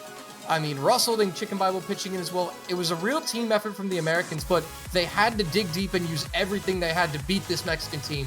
So much credit to the Mexican players. And they're looking like a scary team in that losers bracket. Lexi and Kendall really showing up, showing that they are truly contenders here, not some rookies. Yep. Well, that is going to be it for the round of 16. We are now, I believe, next coming up is going to be our quarterfinals map pool showcase. So very exciting stuff for all of you who want to get a sneak peek at next week's map pool. Just be sure to stick around, as I believe we'll be having JB Hyperion and Chicken Bible go through that, I believe. Yeah, they will come in here shortly, I believe, to... Yeah, we'll go ahead and introduce them when they arrive. Setup, yeah. But your quarterfinal matchups next week in the winners bracket, from top to bottom, it'll be Finland and Chile, Philippines versus China, South Korea against Taiwan, and the United States against France. In the losers bracket, it will be Sweden against Brazil, the United Kingdom versus Hong Kong, the Netherlands versus Germany, and Mexico versus Poland. So those are your quarterfinal matchups.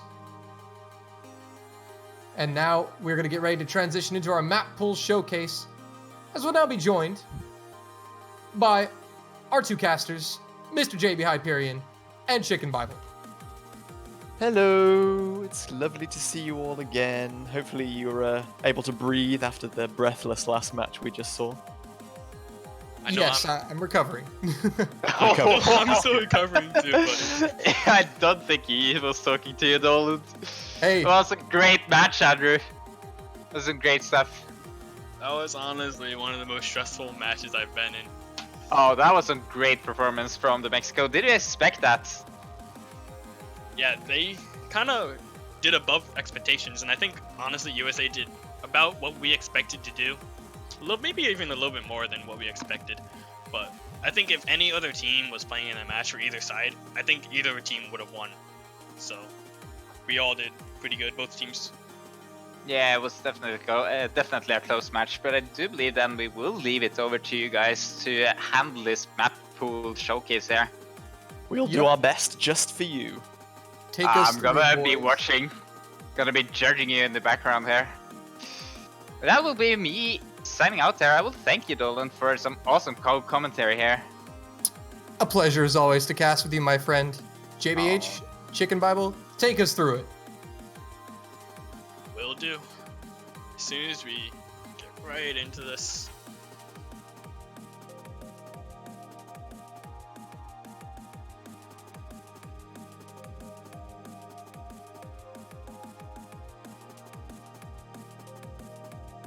So yeah, thank you very much to Dolan and Divine Cake for covering that pretty amazing previous match, but it is time for the quarterfinals map pool showcase. And we're going to be starting off, as always, in the No Mod pool with more featured artist type, this time Unconquered from Hellblind, mapped by iDust, someone making their very first appearance as a mapper in CWC for this 2019 edition. Circle size of 4, and a approach rate of 9.4, and a drain time on the shorter side of 1.42. Yeah, even though Germany did have a little disappointing loss this week, they have a pretty big win with one of their German mappers getting his first ever map pool, or map in the map pool for CWC. He's going to be very pretty much excited about an many seasons. up-and-coming mapper in the recent kind of 12 months or so, has made huge strides towards storming the ranked section, and this is one that you may well see in the ranked section by the end of this year.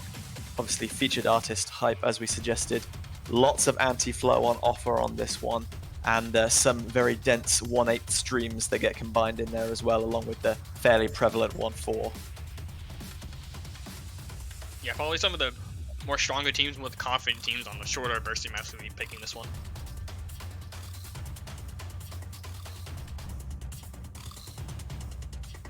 Song does a good job of balancing calmer and more intense sections, giving players like a quick burst of energy and then a nice little break, and then obviously bursting straight back into a more difficult section. You can see there's some really high slider velocities and some snappy hyperdash chains in here as well. A little bit of everything on offer as far as flow and snapping is concerned, I think. Even got some little wonky sliders over here.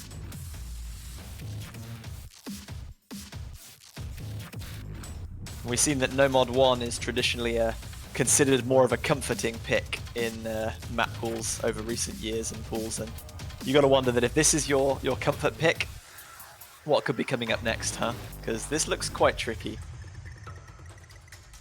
Yeah, I don't know if this is a comfort pick for most teams, because it's pretty hard, especially that long spinner too. It's going to be pretty brutal if you can't spin on that pretty well. 20,000 points just from the spinner.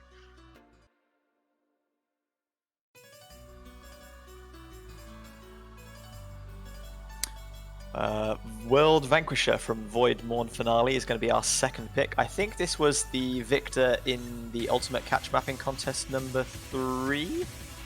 Or number 4, not the collab contest. Or was that number 3? I can't remember. It was a victor in the mapping contest, similar to Sorcerer's Excelsior that we saw in the previous pool. So this is mapped by Sinnoh, who is obviously the creator of the group stage tiebreaker Torturas. A very streamy pick with circle size of 4, approach rate of 9.6, and a drain time of 2 minutes and 30 seconds. You know, I'm noticing, why does this have a Fate background on this song? The map selectors have provided little notes saying, please ask Sinnoh to write a paper describing the relationship between this song and the Fate background. So maybe we can get some thoughts from him on that one. You got 1 week from right now. Yep, go. On a full thesis. A College full report. essay. Yep. Gotta go into every single detail. So similar to some of the patterns we've seen in previous Sinnoh maps, this one does feature some long, high slider velocity sliders, as well as some snappier sections with chained hyperdashes, and again, one of those stacked slider tail to slider end patterns that we saw in both Torturas and again in the round of 16 tiebreaker. There's also quite a lot of buzz sliders thrown in here, which aren't all particularly easy to hit by standing still. Like, there's some that you won't ever have to wiggle for them, but there's some that require pretty good balance that can be very difficult when you're coming out of a strong hyperdash. Yeah, a lot of those 1/2 hyperdashes that were chained together look pretty far, so you can expect a few misses on those.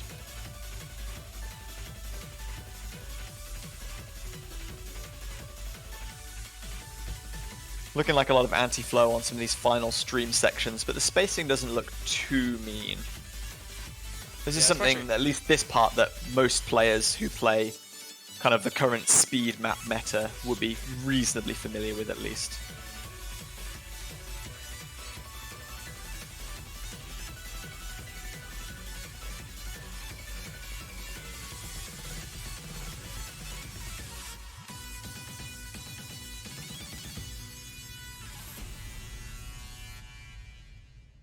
little tricky hyper dash 1/2 jump section at the end, but hopefully that won't result in any fails. So 2 down, 4 to go. Reversible Doll by Wowaka, RIP Wowaka, mapped by Minato Yukina is our third selection. Man, this is one of my favorite all-time C2B maps.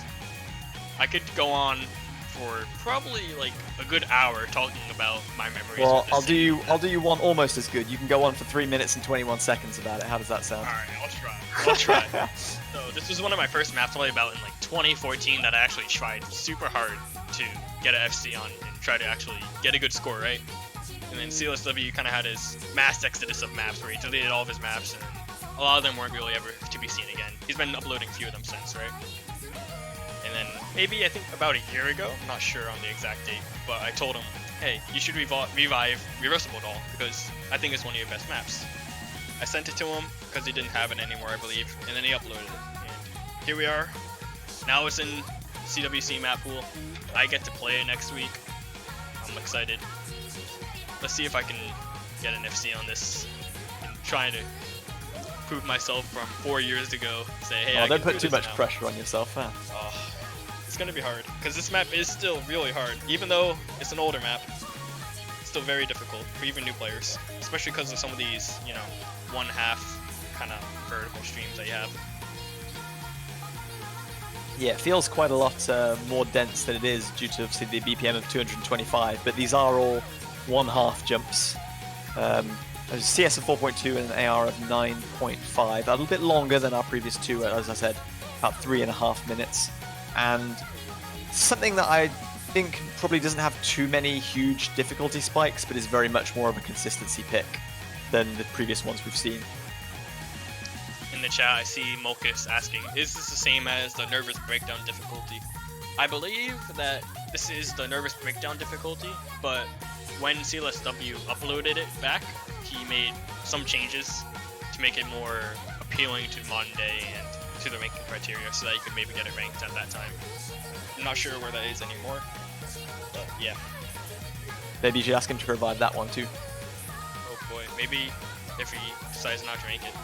I don't know if he has both versions still. We'll have to see.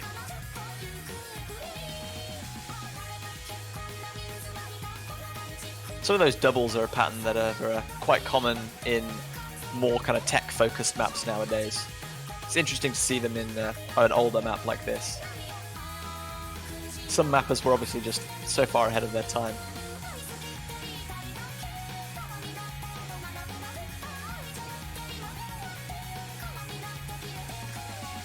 Unless that was one of the changes that was obviously adapted to the...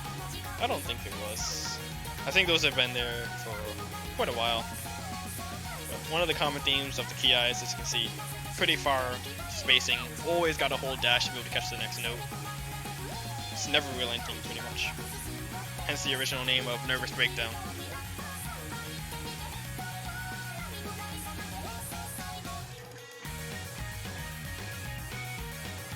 Very little period for rest outside of that one break in the middle. Very few kind of slow sections or sections where there's little movement or a lesser amount of dashes. It's gonna be interesting to see who has the stamina for this one. Oh, it's gonna be great. From a not quite ancient, but definitely an older map to a brand new one. This is AKNQ's Axiom Crisis, mapped by Lacrima, another person who I believe is making their debut into the Catch World Cup as a mapper.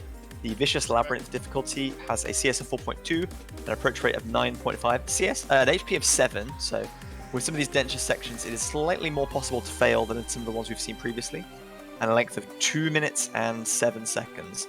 There's some BPM variation in this one, and that could catch out some people, as we did see in Confusion Part 1. Not quite as dramatic as that map, obviously, from the group stages, but they might catch some people out, especially towards the end of the first Key Eye section as well. I think there is like a jump section where the BPM does slowly decrease. That might be very interesting to see who's keeping an eye on that one, who can avoid dashing too early. funnily enough, I think this is actually the map that Lakuma asked me to test play 2 days ago. Saying, what do you I think think so. of this? I have test played this one very recently as well. Yeah, I and thought I it was was like, very "Oh, it's pretty fun. good." I like the Yeah. kind of balance of styles that are on offer. There's a lot of flowing sliders as well as more burstier patterns and lots of anti-flow, which I like to see in a map set, a song like this.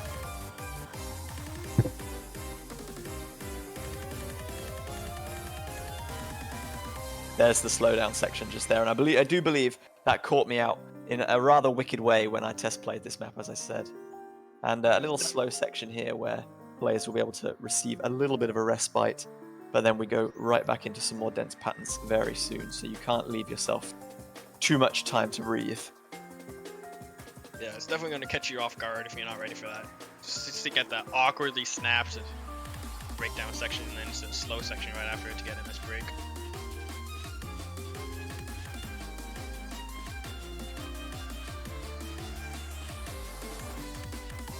Building right back up into this final section as well, we see some significant anti-flow combined with 1-4 hyper dashes. But the ending itself is not too extreme in any way. And we do get a decent sized spinner at the end here, which players may compete over.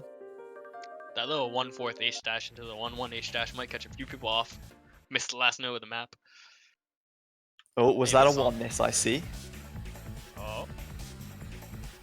Fifth This no mod song is pick, quite familiar. first of the converts, is Akiyama Uni, one of my personal favorite Toho artists. Chi no Iro Wakiro, the extra difficulty mapped by the legendary CTB mapper Hollow Wings. Is this the first Hollowings map we've had this tournament so far? It is. Oh boy. Already getting started.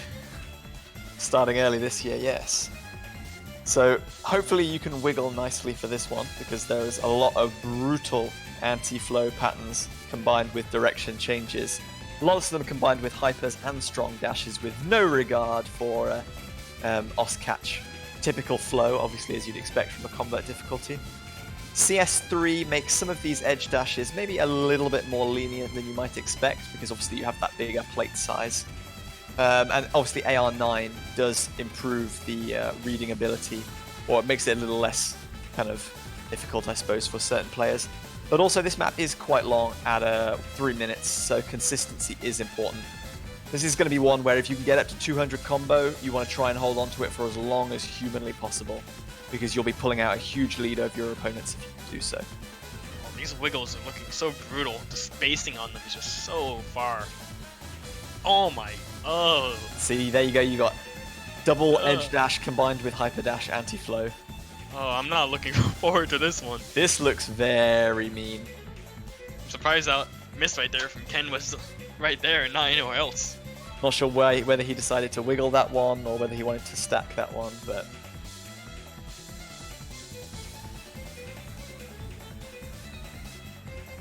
There's just so many micro movements that you have to get perfectly right to be able to hit a lot of these wiggles. I think in some senses this is similar to, although obviously far more difficult than Sanshi Suimei from the pool we've just seen, in that there are a lot of movements and dashes in particular that if you're slightly too far to the left or the right when you hit them, you can make it almost impossible to hit the next jump. Whereas if you're good at catching things on the edge of your plate, you can make the next jump significantly less stressful for yourself. Yeah, it kind of reminds me of a mix of the Sanshi Suimei map and Fallen. A little bit. It's like it's got the difficulty of Fallen a little bit, with the patterns of Sanshi Suimei. This might be one where you just have to memorize the parts that are most difficult for you and deliberately position your catcher further to one side or the other Oh, yeah, to you try gotta and definitely we'll see lots of different play styles and innovation to try and cope with the difficulty on offer here, I think. Oh my lord. There were so many edge dashes in the middle of that stream too that you could just be slightly off on. You gotta leave those fruits as soon as you catch them. Can't be late by even just a few milliseconds. And if one featured artist was not enough for you, we have more with Loki's Interlude rounding out our no mod pool, the second of the two convert selections, mapped by Chuin at a slightly higher BPM of 175. very standard OS catch specific fare, I suppose, for a level of this difficulty of CS of 4 and approach rate of 9.3. And the only word to describe this one is jump. There really is nothing else to this pick other than reading and positioning for jumps, as we'll see throughout pretty much the entirety of this pick. These jumps are so far. Like I said in the last map, there were some places where you had to be just a few milliseconds, and you have to, if you were late by just about that, you're gonna miss. This is pretty much the same thing, except it's a whole map for the most part. Yeah, Like, absolutely. Especially those jumps. Oh my gosh.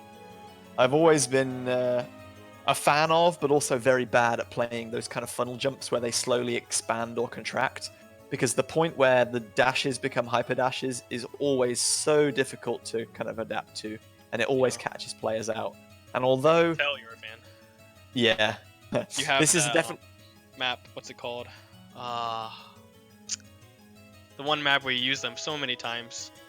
I've done that in quite a hard few one. maps, to be honest, but The I know very- that, Guignol, yeah, that's what it is. Guignol has quite a few of those, yeah. But anyway, this one is, I think each jump in its kind of individuality is fairly doable, but when you're under tournament pressure, especially late on into a match, some of these are going to be extremely easy to miss. Don't forget about the cross screen jumps too. What's a jump map without cross screen 1-1 jumps? Absolutely. Keep your eyes on those ones. Where did the 1 millionth point go? That's a double S and a map with no spinners. We got some Osmania gimmicks coming into this one. You know, we don't question those kind of things around here. We just let it slide. Pretend. But what it if never someone gets a happened. million in the match and someone else gets 999? That's 6 9s, huh? Well then. What if a map is decided by it back. 1 point because someone didn't get the 1-0? Well, it sucks to be them, I guess. Unlucky. Map pool Anyways. notes for this one have instructed us to skip the intro since it's around 1 minute long, so maybe we can get to skipping that, or maybe we can just enjoy this very soothing introduction of Regal Theatre's La Salle Feed, an artist that I'm pretty familiar with, but not this particular song. Regal Theatre do a lot of very interesting kind of Celtic dance and like Oriental styled pieces, lots of emphasis on flutes and pipes and that kind of thing, which is very cool. This one is a collaborative difficulty between Yumino Himiko, or Examination, and our 2 map selectors, Ascendance and FD Fluorite. This is the short version, I put in air quotes because it's still 4 minutes and 20 seconds long. The long version is 5.5 minutes, I think, so I'm not sure what exactly they've cut out from this one to create the short version.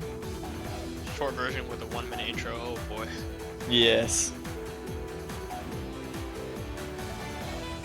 So this one, as we saw in the AK and Q map earlier, does feature some BPM changes, but they're a little bit more noticeable in this one. We have a BPM, almost a BPM halving section, varying between 87 and 142 throughout this difficulty, which is going to be very difficult to adapt to with Hidden now. Not a hugely high BPM overall, but quite a lot of 1/4 usage means that it does in some senses play like a faster map than it actually is.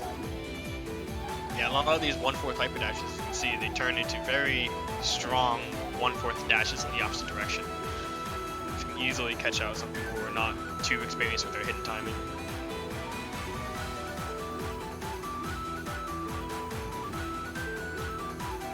So just to recap over this one, since it's obviously a long pick, it's going to be a slightly smaller circle size than we're used to, with 4.5 in the hidden pool this time, and an approach rate of 8.8. So whilst we haven't got the AR7 picks yet, we're back in with those niggling odd approach rates that people might not be accustomed to playing with hidden. And a drain time, as we said, of about 3.5 minutes once the intro time has been cut out. Spacing on this one is going to be the difficulty for players trying to read, as well as you said, those 1/4 hyper dashes that are combined with quick direction changes, coupled with the slightly lower approach rate. Recurring theme in this map pool seems to be throw wiggles in there, because it seems like a lot of maps have had quite a bit of wiggles in here, haven't there? Fluorite is in the chat giving us instructions on whose parts are whose. Oh gosh, I couldn't even If you're guess. if you're a mappers player, and you like picking out individual styles in your kind of selections for play, then it might be appealing to you to notice the kind of difference in sections between the varying parts. I have a feeling that last one was Sentence's part. Yes, Actually, you no, are this one correct. is. I This think one this is one is. Fluorite's part. I'm being told. Let's see. I saw the doubles and I was like, Ascendance did that in Cycle Hit, I remember. And then he was very proud of it, I think. And then Spec got all the credit. Yeah, true.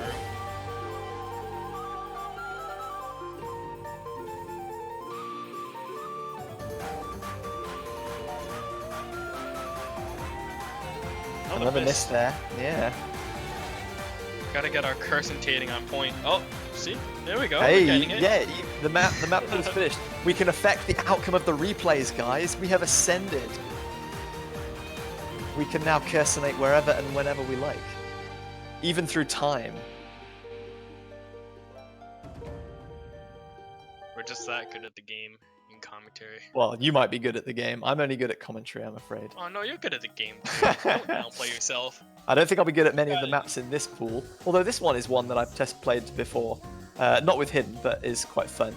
But I'm a massive Steven fanboy, so this one does appeal to me. Ribbon Room Mint Tears.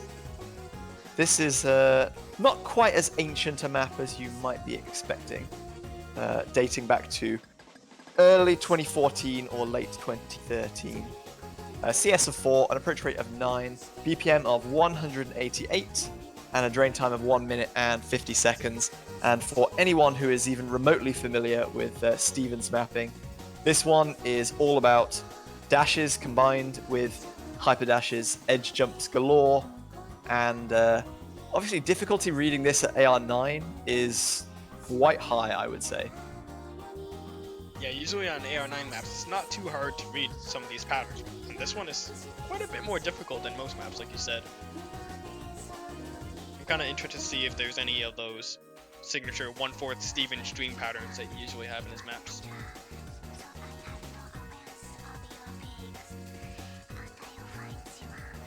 As you can see, we're already 3/4 of the way through this one, so this is quite a short map.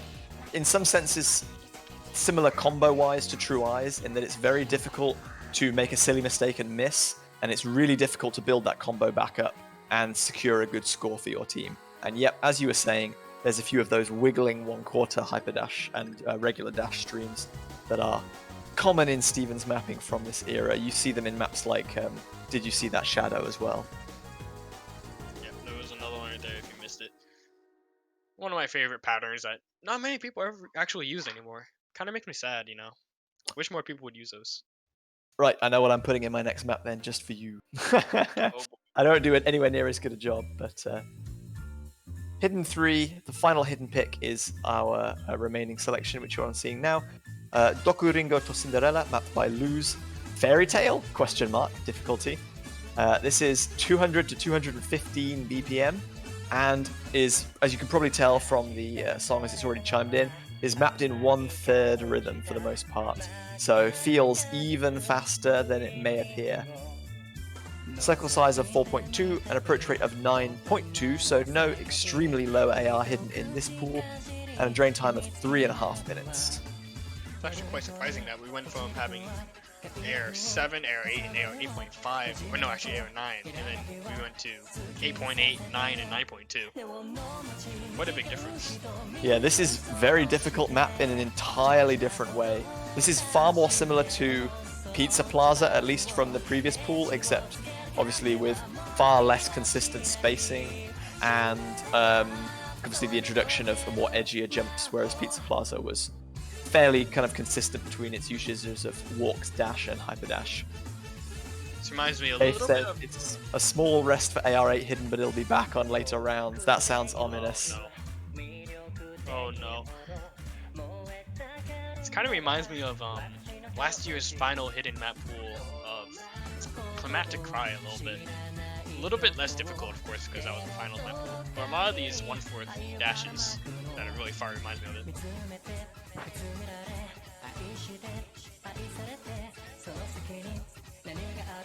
I think once again, this is more about length and consistency than anything else. some fairly tricky edge jumps combined with hyper dashes that will make holding that combo quite important.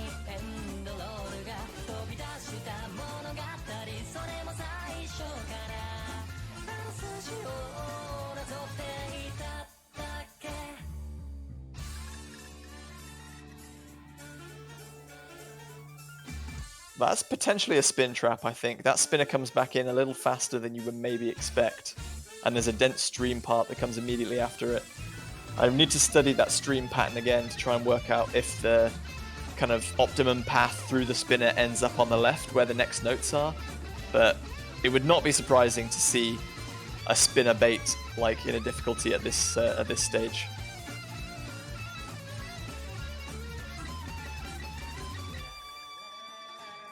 Those are some far 1-4 H dashes. Very far.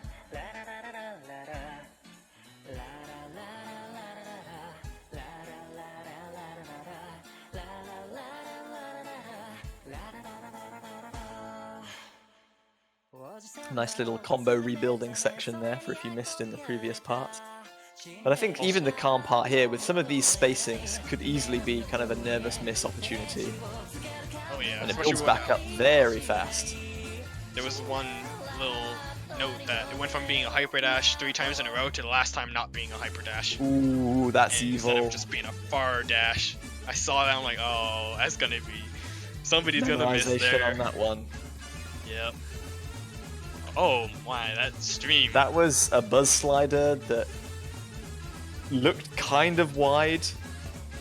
I'm not sure I would be able to stack that first try. That'll take Somebody's some gonna miss practice that for the too. perfect positioning. Someone is definitely going to miss that, I'm assuring.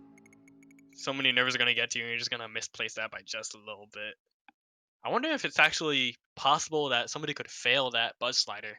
The And then spinner you at the won't end revive was because quite it's at the end. long, but the HP drain is 7, so potentially quite difficult to Yeah. recover from that one. But anyway, that's going to do it for our hidden pool. Hard Rock is next on the menu. A Crowley map, Amatsuki, How to Sekai Seifuku, the Loneliness difficulty. Circle size of 5.33 after the addition of Hard Rock, so not much smaller in terms of fruit size than a lot of common circle size 4 maps. An approach rate obviously of 10 at this stage, and a drain time of around about 3 minutes and 10 seconds. You know, for some reason this background looks super familiar. I feel like we've had this background on another CWC map in the past. I'm not sure I can answer you on that one. I am the kind of the statistician of the room, but I'm not sure I can quite pull out that many maps from the deepest, darkest depths of my memory to answer that question. What you're supposed to do is you're supposed to go into one of your old maps, change the background real quick and say, ha, it was this one. I knew it all along! Got him. So this one is from late 2017, so it's one of Crowley's earlier maps. And I think although the star rating is not kind of hugely high at 5, this is one of those maps where it's a lot more difficult than that maybe indicates. A lot of triplets that get converted to Hard Rock have very odd spacing, as I'm sure you're picking out already, being a very prominent Hard Rock player yourself, Chicken Bible. Yeah, I can see in the chat, people are going with me. This background looks like a little bit like Goose House. There's also that one map by Fee Darling I'm looking at right now. It looks a little bit like it. Different angle. Inspiration. Yeah.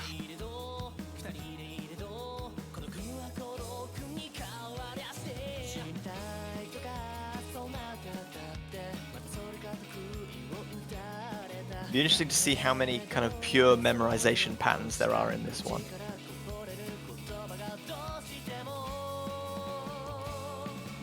That was something that we saw a lot of in colors from the previous pool, especially in the beginning. There were so many patterns that were kind of hyper dash into edge jump or vice versa that players would have to really concentrate for. And you can see a few of those creeping in here as well, but obviously this pick is twice the length. Yeah, this pick kind of just seems like, oh, did you like colors? Hey, here, we'll give you one that's super buffed up. Have colors bit too, stronger. except harder and longer. Yeah, quite literally. Based on my experience from colors, it's it's gonna be one of those maps where if you have a lot of Hard Rock players on your team, people who can comfortably read AR-10, then it shouldn't be too much of a problem for you to read some of these jumps. But if you have players who are just playing Hard Rock because most of the maps are easy up until this point with Hard Rock, for the most part, if you're a good player, you know, relatively strong player, Yeah, but weaker with Hard Rock. that's This is where gonna be Hard one of Rock those stops hard being a ones. fun time for you, I think, at this Yeah. stage.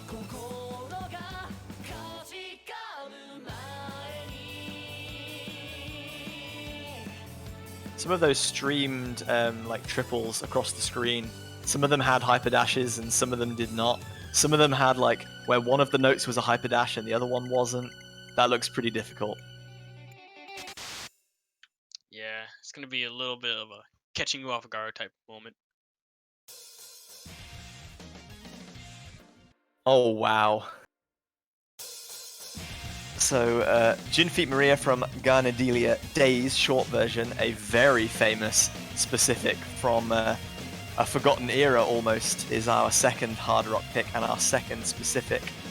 This one dating back to mid 2014 and is a map that almost anyone who's been playing the game for a considerable period of time will have tried. Maybe not with Hard Rock, but definitely once or twice.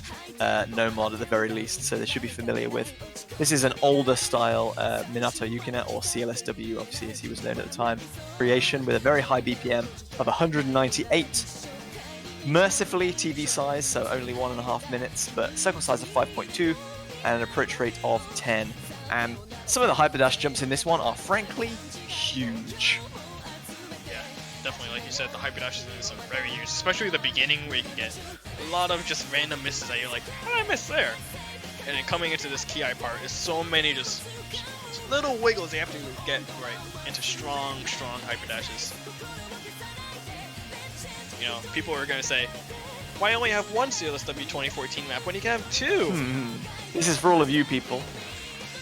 Some of these cross-screen patterns look so difficult, especially at this elevated approach rate. Yeah. Another good thing about this map is though that a lot of the people in this tournament have played this map pretty much several times. At least I know I have. I've played it probably about 100 times myself at least. So I have it quite down. I'm sure many other people on the teams, especially teams with older players, have it down as well.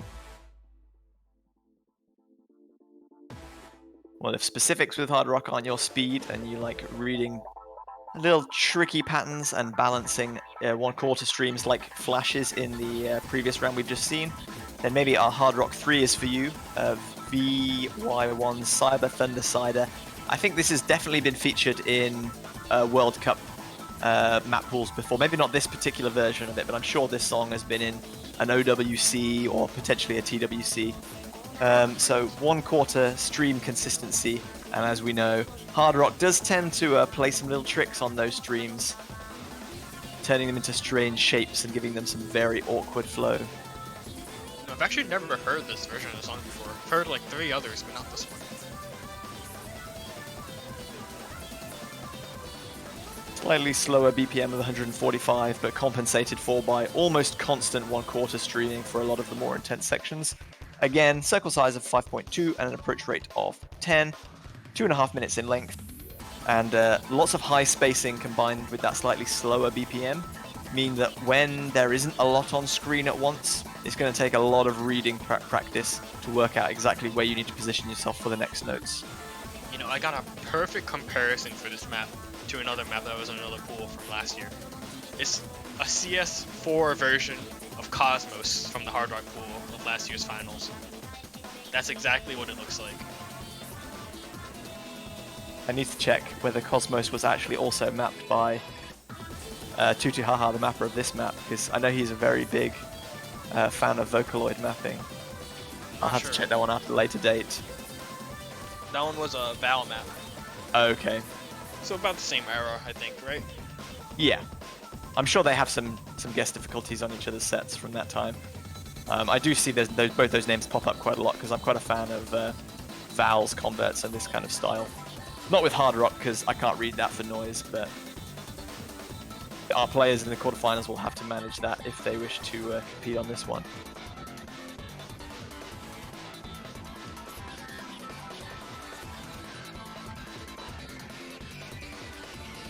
Mercifully, as we've seen in some of the other Hard Rock picks earlier on from the convert selections, this one does feature a reasonable number of breaks.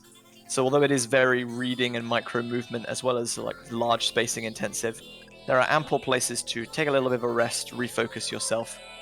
But as we've seen also with things like Ghost Rule, where after a spinner and a long break, there's that one note all the way on the right-hand side in the group stages that caught out so many people. I imagine that the same could be said for some patterns here. Yeah, just a lot of kind of far 1/4 dashes that are in this, especially during the streams. Oh, I have a feeling somebody's gonna think that last vocal is the end of the map, but then it goes on for like another 10 notes. Hopefully everyone's practicing at this stage to remember that much. Hopefully. So just one mod bracket to go. Double time, we have 3 maps on offer to you now. The first of these is actually a very recently ranked map. Calafina's Heavenly Blue, mapped by Nelly. Obviously the Gloria difficulty, this is just a single difficulty approval length map. So we're into the very long double time picks now. 3.5 minutes even with the addition of double time. This one's going to be CS4. An approach rate of 8.8 with double time, which is taking us up to 10.2. So we're really getting into the speedy boys now. And an average BPM with DT of 236. This is actually quite a big step up from last four, I think. I'm not much of a double time player, but I saw this and gulped a little bit. This looks very much more difficult than stuff that was in the previous pool. Yeah, I could just about keep a combo on some of the maps in the previous pool. This one looks painfully difficult on reading, on jumping, on kind of consistency. It's so much longer as well.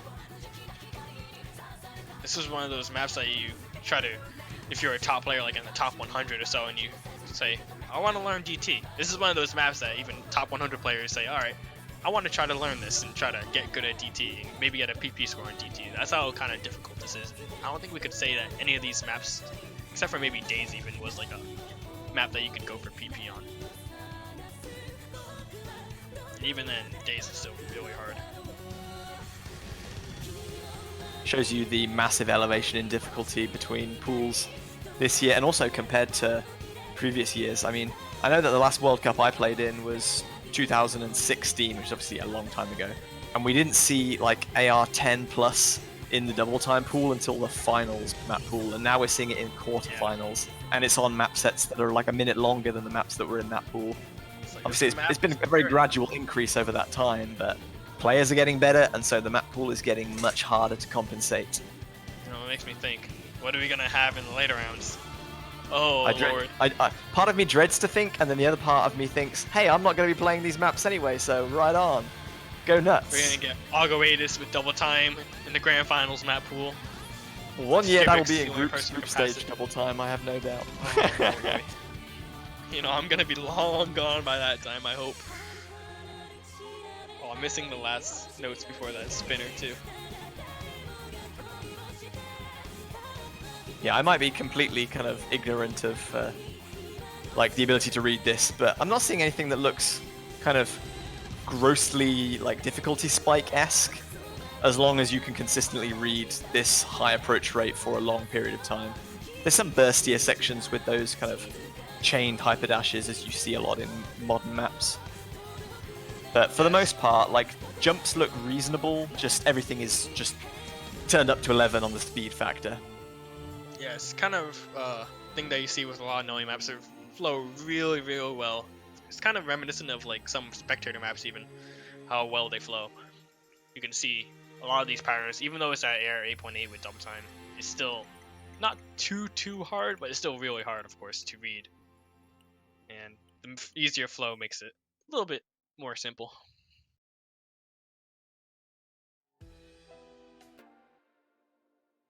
If 8.8 double time is a little bit too speedy for you, you can try 8.5. The whole 0.2, which obviously this is 10.0 with double time, that may make the world of difference for you. This is Haremu's Denkishiki Karen Ongaku Shudan Endless Ripples, and hopefully I didn't entirely butcher that. Again, this is 180 to 240 BPM with double time, so a little bit slower than the previous pick for the most part. Circle size of 4.5, so a little bit smaller on that front. And a drain time of 1 minute and 55 seconds with double time. I don't even remember the last time that we had something that was like CS 4.5 in a map pool for CWC and DT. It's been quite a while, actually. Obviously, DT gives your catcher that extra fluidity in terms of like the speedier motion. So you work kind of a little bit more comfortably with larger circle sizes because small overshooting and undershooting is punished less. In a map like this, even that 0.5 difference in circle size can make a huge difference as to whether you overshoot that slider tail or not.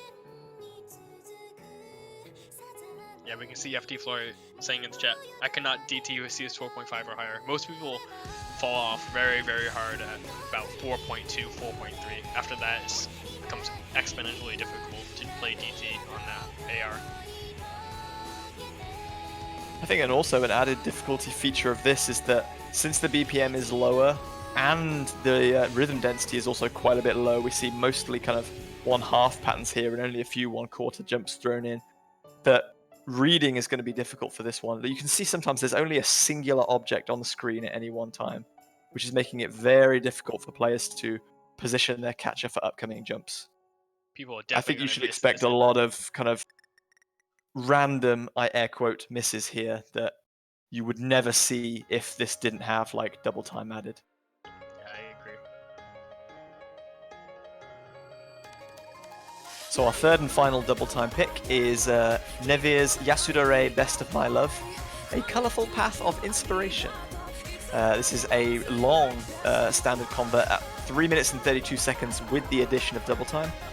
A BPM of 180 with double time, so it's the slowest map in the pool for double time, and is very much more focused on jumping rather than streaming. And before we discuss this one a little, let me just say, obviously after this one, the tiebreaker is coming up, and we've missed this the first couple of weeks.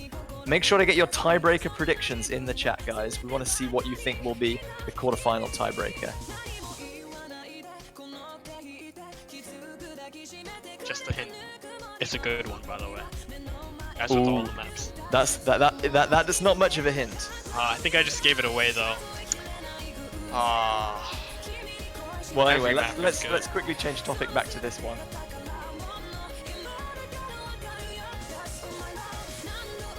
So we're seeing a lovely kind of combination of both 1/2 jumps and 1/4 jumps in this one, and there's very little respite kind of anywhere really. Lots of rapid kind of 1/2 dashing back and forth. The streams are constructed of a lot of these wiggling or vertical slider patterns that you have to tap dash with double time, and a lot of the jumps have a lot of like higher spacing than you would maybe expect. What do we see? Some image material, Halcyon long version. You know, at this There's a point few with the suggestions. increasing difficulties, I wouldn't even be surprised at an image material tiebreaker coming in. Image like the next material in round. quarterfinals. Oh yeah. Madness, but not unheard of, I suppose. We had a couple of, what did we have, an 11-star map last year, or was that the year before? We I had think it the was Imperial the year Circus Dead before. Decadence last 2017. I can't remember exactly what we had last year. Yeah. I don't remember last year either, actually. Huh. Time to do some research. Yep. Statsman is on the case. CWC 2018. For some reason, I think it's black or white, but I'm not sure. Oh, it actually was. You are correct. Final showdown. I thought that was Dave the spoiling XS with the one. coolest long version as the tiebreaker. Now that's a spoiler if I ever saw one. Depths just coming in give it with away. Declaration of XXX. Very recently ranked map. It would fit the CLSW theme that we had this map pool, except not 2014. So that's Would they where, put three Minato Yukina maps in the same map pool though? I don't know. That is a question we'll have to find out in just about 1 minute after this Yes. map finish. Last minute predictions going on.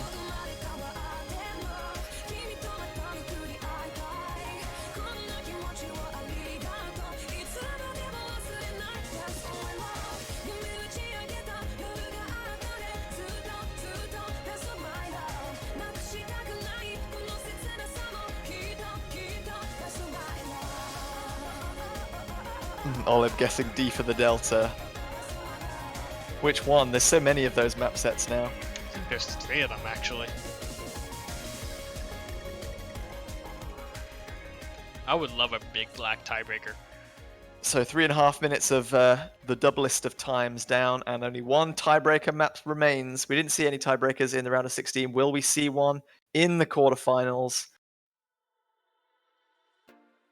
More featured artist hype. Your tiebreaker for the quarterfinals is Sinnoh's Angel Voices by Virtual Self, the Ghost difficulty. This is a map set that I am pretty familiar with. I have a Rain guest difficulty on this one. But this is the Overdose. This is a very interesting pick. And as we saw with Dorchadas and one of the Sinnoh map sets that was selected for the no mod pool, I forget exactly which one it was. Was it no mod 1 or 2? Yeah, the World Vanquisher, the no mod 2 selection. This is going to feature a massive amount of really high slider velocity sliders. A lot of kick slider patterns that are very weirdly combined together, and also some more traditional, or I say traditional, some more ancient mapping techniques of edge dashes combined back to back, and a lot of them are also screen dashes with like 1-1 spacing between them. A little bit of thing to note too is that this is a little bit longer than the tiebreakers we've gotten this year so far. I believe the last one was about 5.5 minutes. I don't remember correctly. Yeah, we had 4 minutes and a half, 4 minutes and 30 seconds, 5 minutes 30, and this one is just over 6 minutes in length. This one is a circle size of 4, an approach rate of 9.2, and a BPM of 166. And these are some of the edge jumps I was talking about. These sliders they don't look that difficult when they're hit properly, but the slider velocity is just so obnoxiously long that it means you have to really catch the ends and tails on the edge of your plate and hold dash all the way to the edge, or you'll make a lot of misses in that section. At least the droplets don't seem that bad on those sliders. It could be a lot worse if the droplets were just a little bit too slow or too fast. Yeah, thankfully with the slider velocity being so high, only like 1 or 2 droplets are really generated on some of these.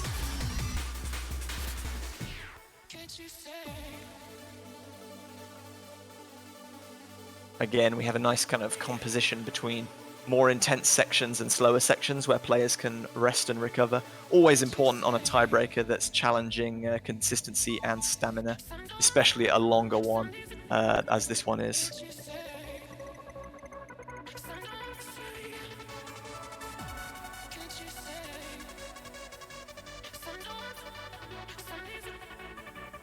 Yeah, we got some info out in the chat from Eagle, who's been giving us information on a lot of the map sets thus far, especially if they come from Rhythm and Dojin game circles.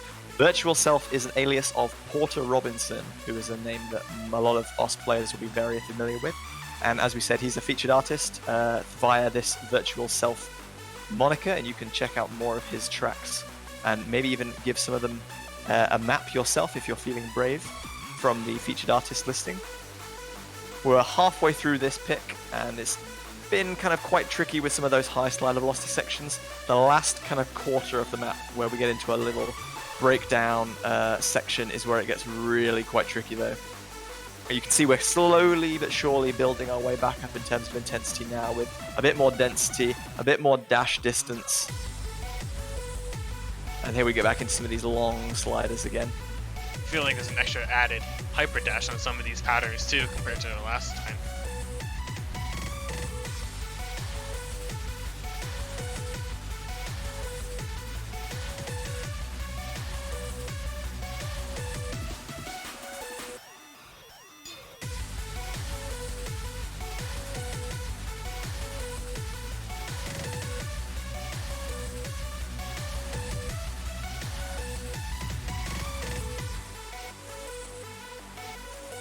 We're seeing consistency as a significant focus of this map set as well.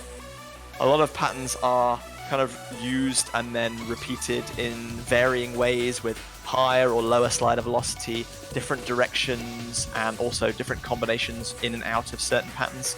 This is definitely a map set that if you struggle with any one kind of element in terms of like strong dashing, long dashing, or kind of wiggling, this is going to be a very difficult pick for you to be consistent on. And here we come into the bass drop, which is signified by the bass drop vocals. Oh yeah, And you can difficulty see ramping up really quite a bit. ramping up here. Yeah, I was about to say, this kind of seems a little easier than last pool's tiebreaker, but then that little section came in, I'm like, oh, I guess I just got proven wrong. Yeah, the slider velocity does get fairly insane on some of these sections. And although it doesn't look it because the approach rate of 9.2, you can see some really dense patterns here, combined again with the massive slider velocity. You know, I'm having to take a double take on some of these patterns. I saw that big stream on the right side, I'm like, whoa. And They're a I saw little bit the spicy, huh? hyper dashes. Yeah, I'm like, Sinnoh is oh. definitely a mapper that likes to test the boundaries of what can fit into the ranked section in recent months, maybe the last 12 months, I suppose. And I don't think this map is any real exception.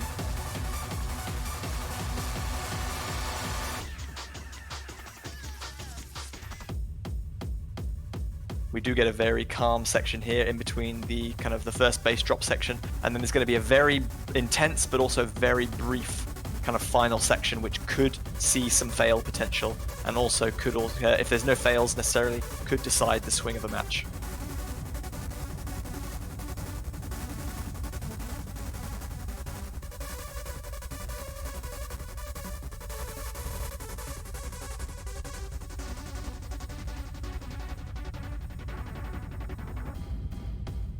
Here's your final drop.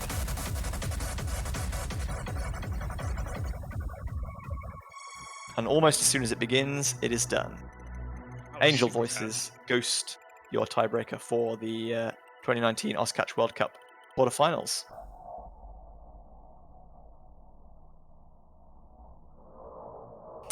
And there we have it. That rounds out our quarterfinal pool. Hopefully you have enjoyed, or at least your eyes have maybe lit up at some potential picks and bans for you and your opponents going into next week's matches. Don't forget that no teams from this week's round of 16 matches have yet been eliminated. All the losing teams will face one another in the losers bracket next week, whereas all the winning teams, the victorious teams in this week's round of 16 will have a chance to stay on top and give themselves that clearest run to the grand final. I think that's going to pretty much do it from us, unless you have any kind of final words on the map pool, or kind of just want to give any thoughts on this week's round of 16 Chicken Bible. We get to go through the bracket here in just a second, so that's very helpful. Thank you very much. What are you most looking forward to next week? Looking at the winners bracket here. Obviously, USA versus France is going to be lighting your eyes up, working out how you're going to strategize against them, and a potential matchup against Korea or Taiwan in the following weeks. You guys had a great run through the tournament last year, beating out China in that quarterfinal match to go through the winners bracket. Meanwhile, on the losers bracket, the teams that have been defeated but are not out: Sweden versus Brazil, two unseeded teams will be battling to remain in the tournament. My boys, the Brits, are got a little bit of an uphill struggle to survive against Hong Kong, an excellent team who did very strongly against China in this week's matches, taking them to 6-3. An old rivalry we've seen in multiple World Cups before, the Netherlands versus Germany in the losers bracket. And everything rounded out by Poland and Mexico, two very strong hidden hard rock teams on the bottom side of that bracket. That Poland-Mexican match is going to be probably one of my favorite loser matches. I think You've both seen what teams can do damage really that good. Mexico could inflict against you, so Oh yes. hopefully looking for them to... Yeah.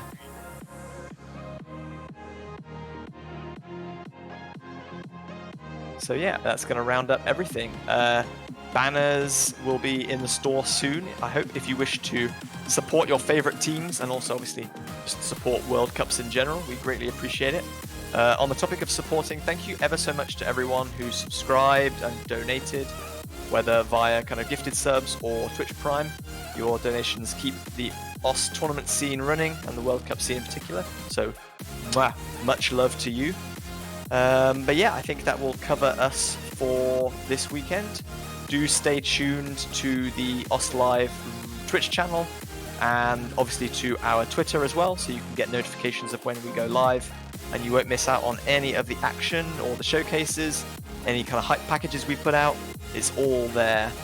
So, yeah, see you next week in the quarterfinals for more furious fruit catching action. Thank you very much, everyone, for joining.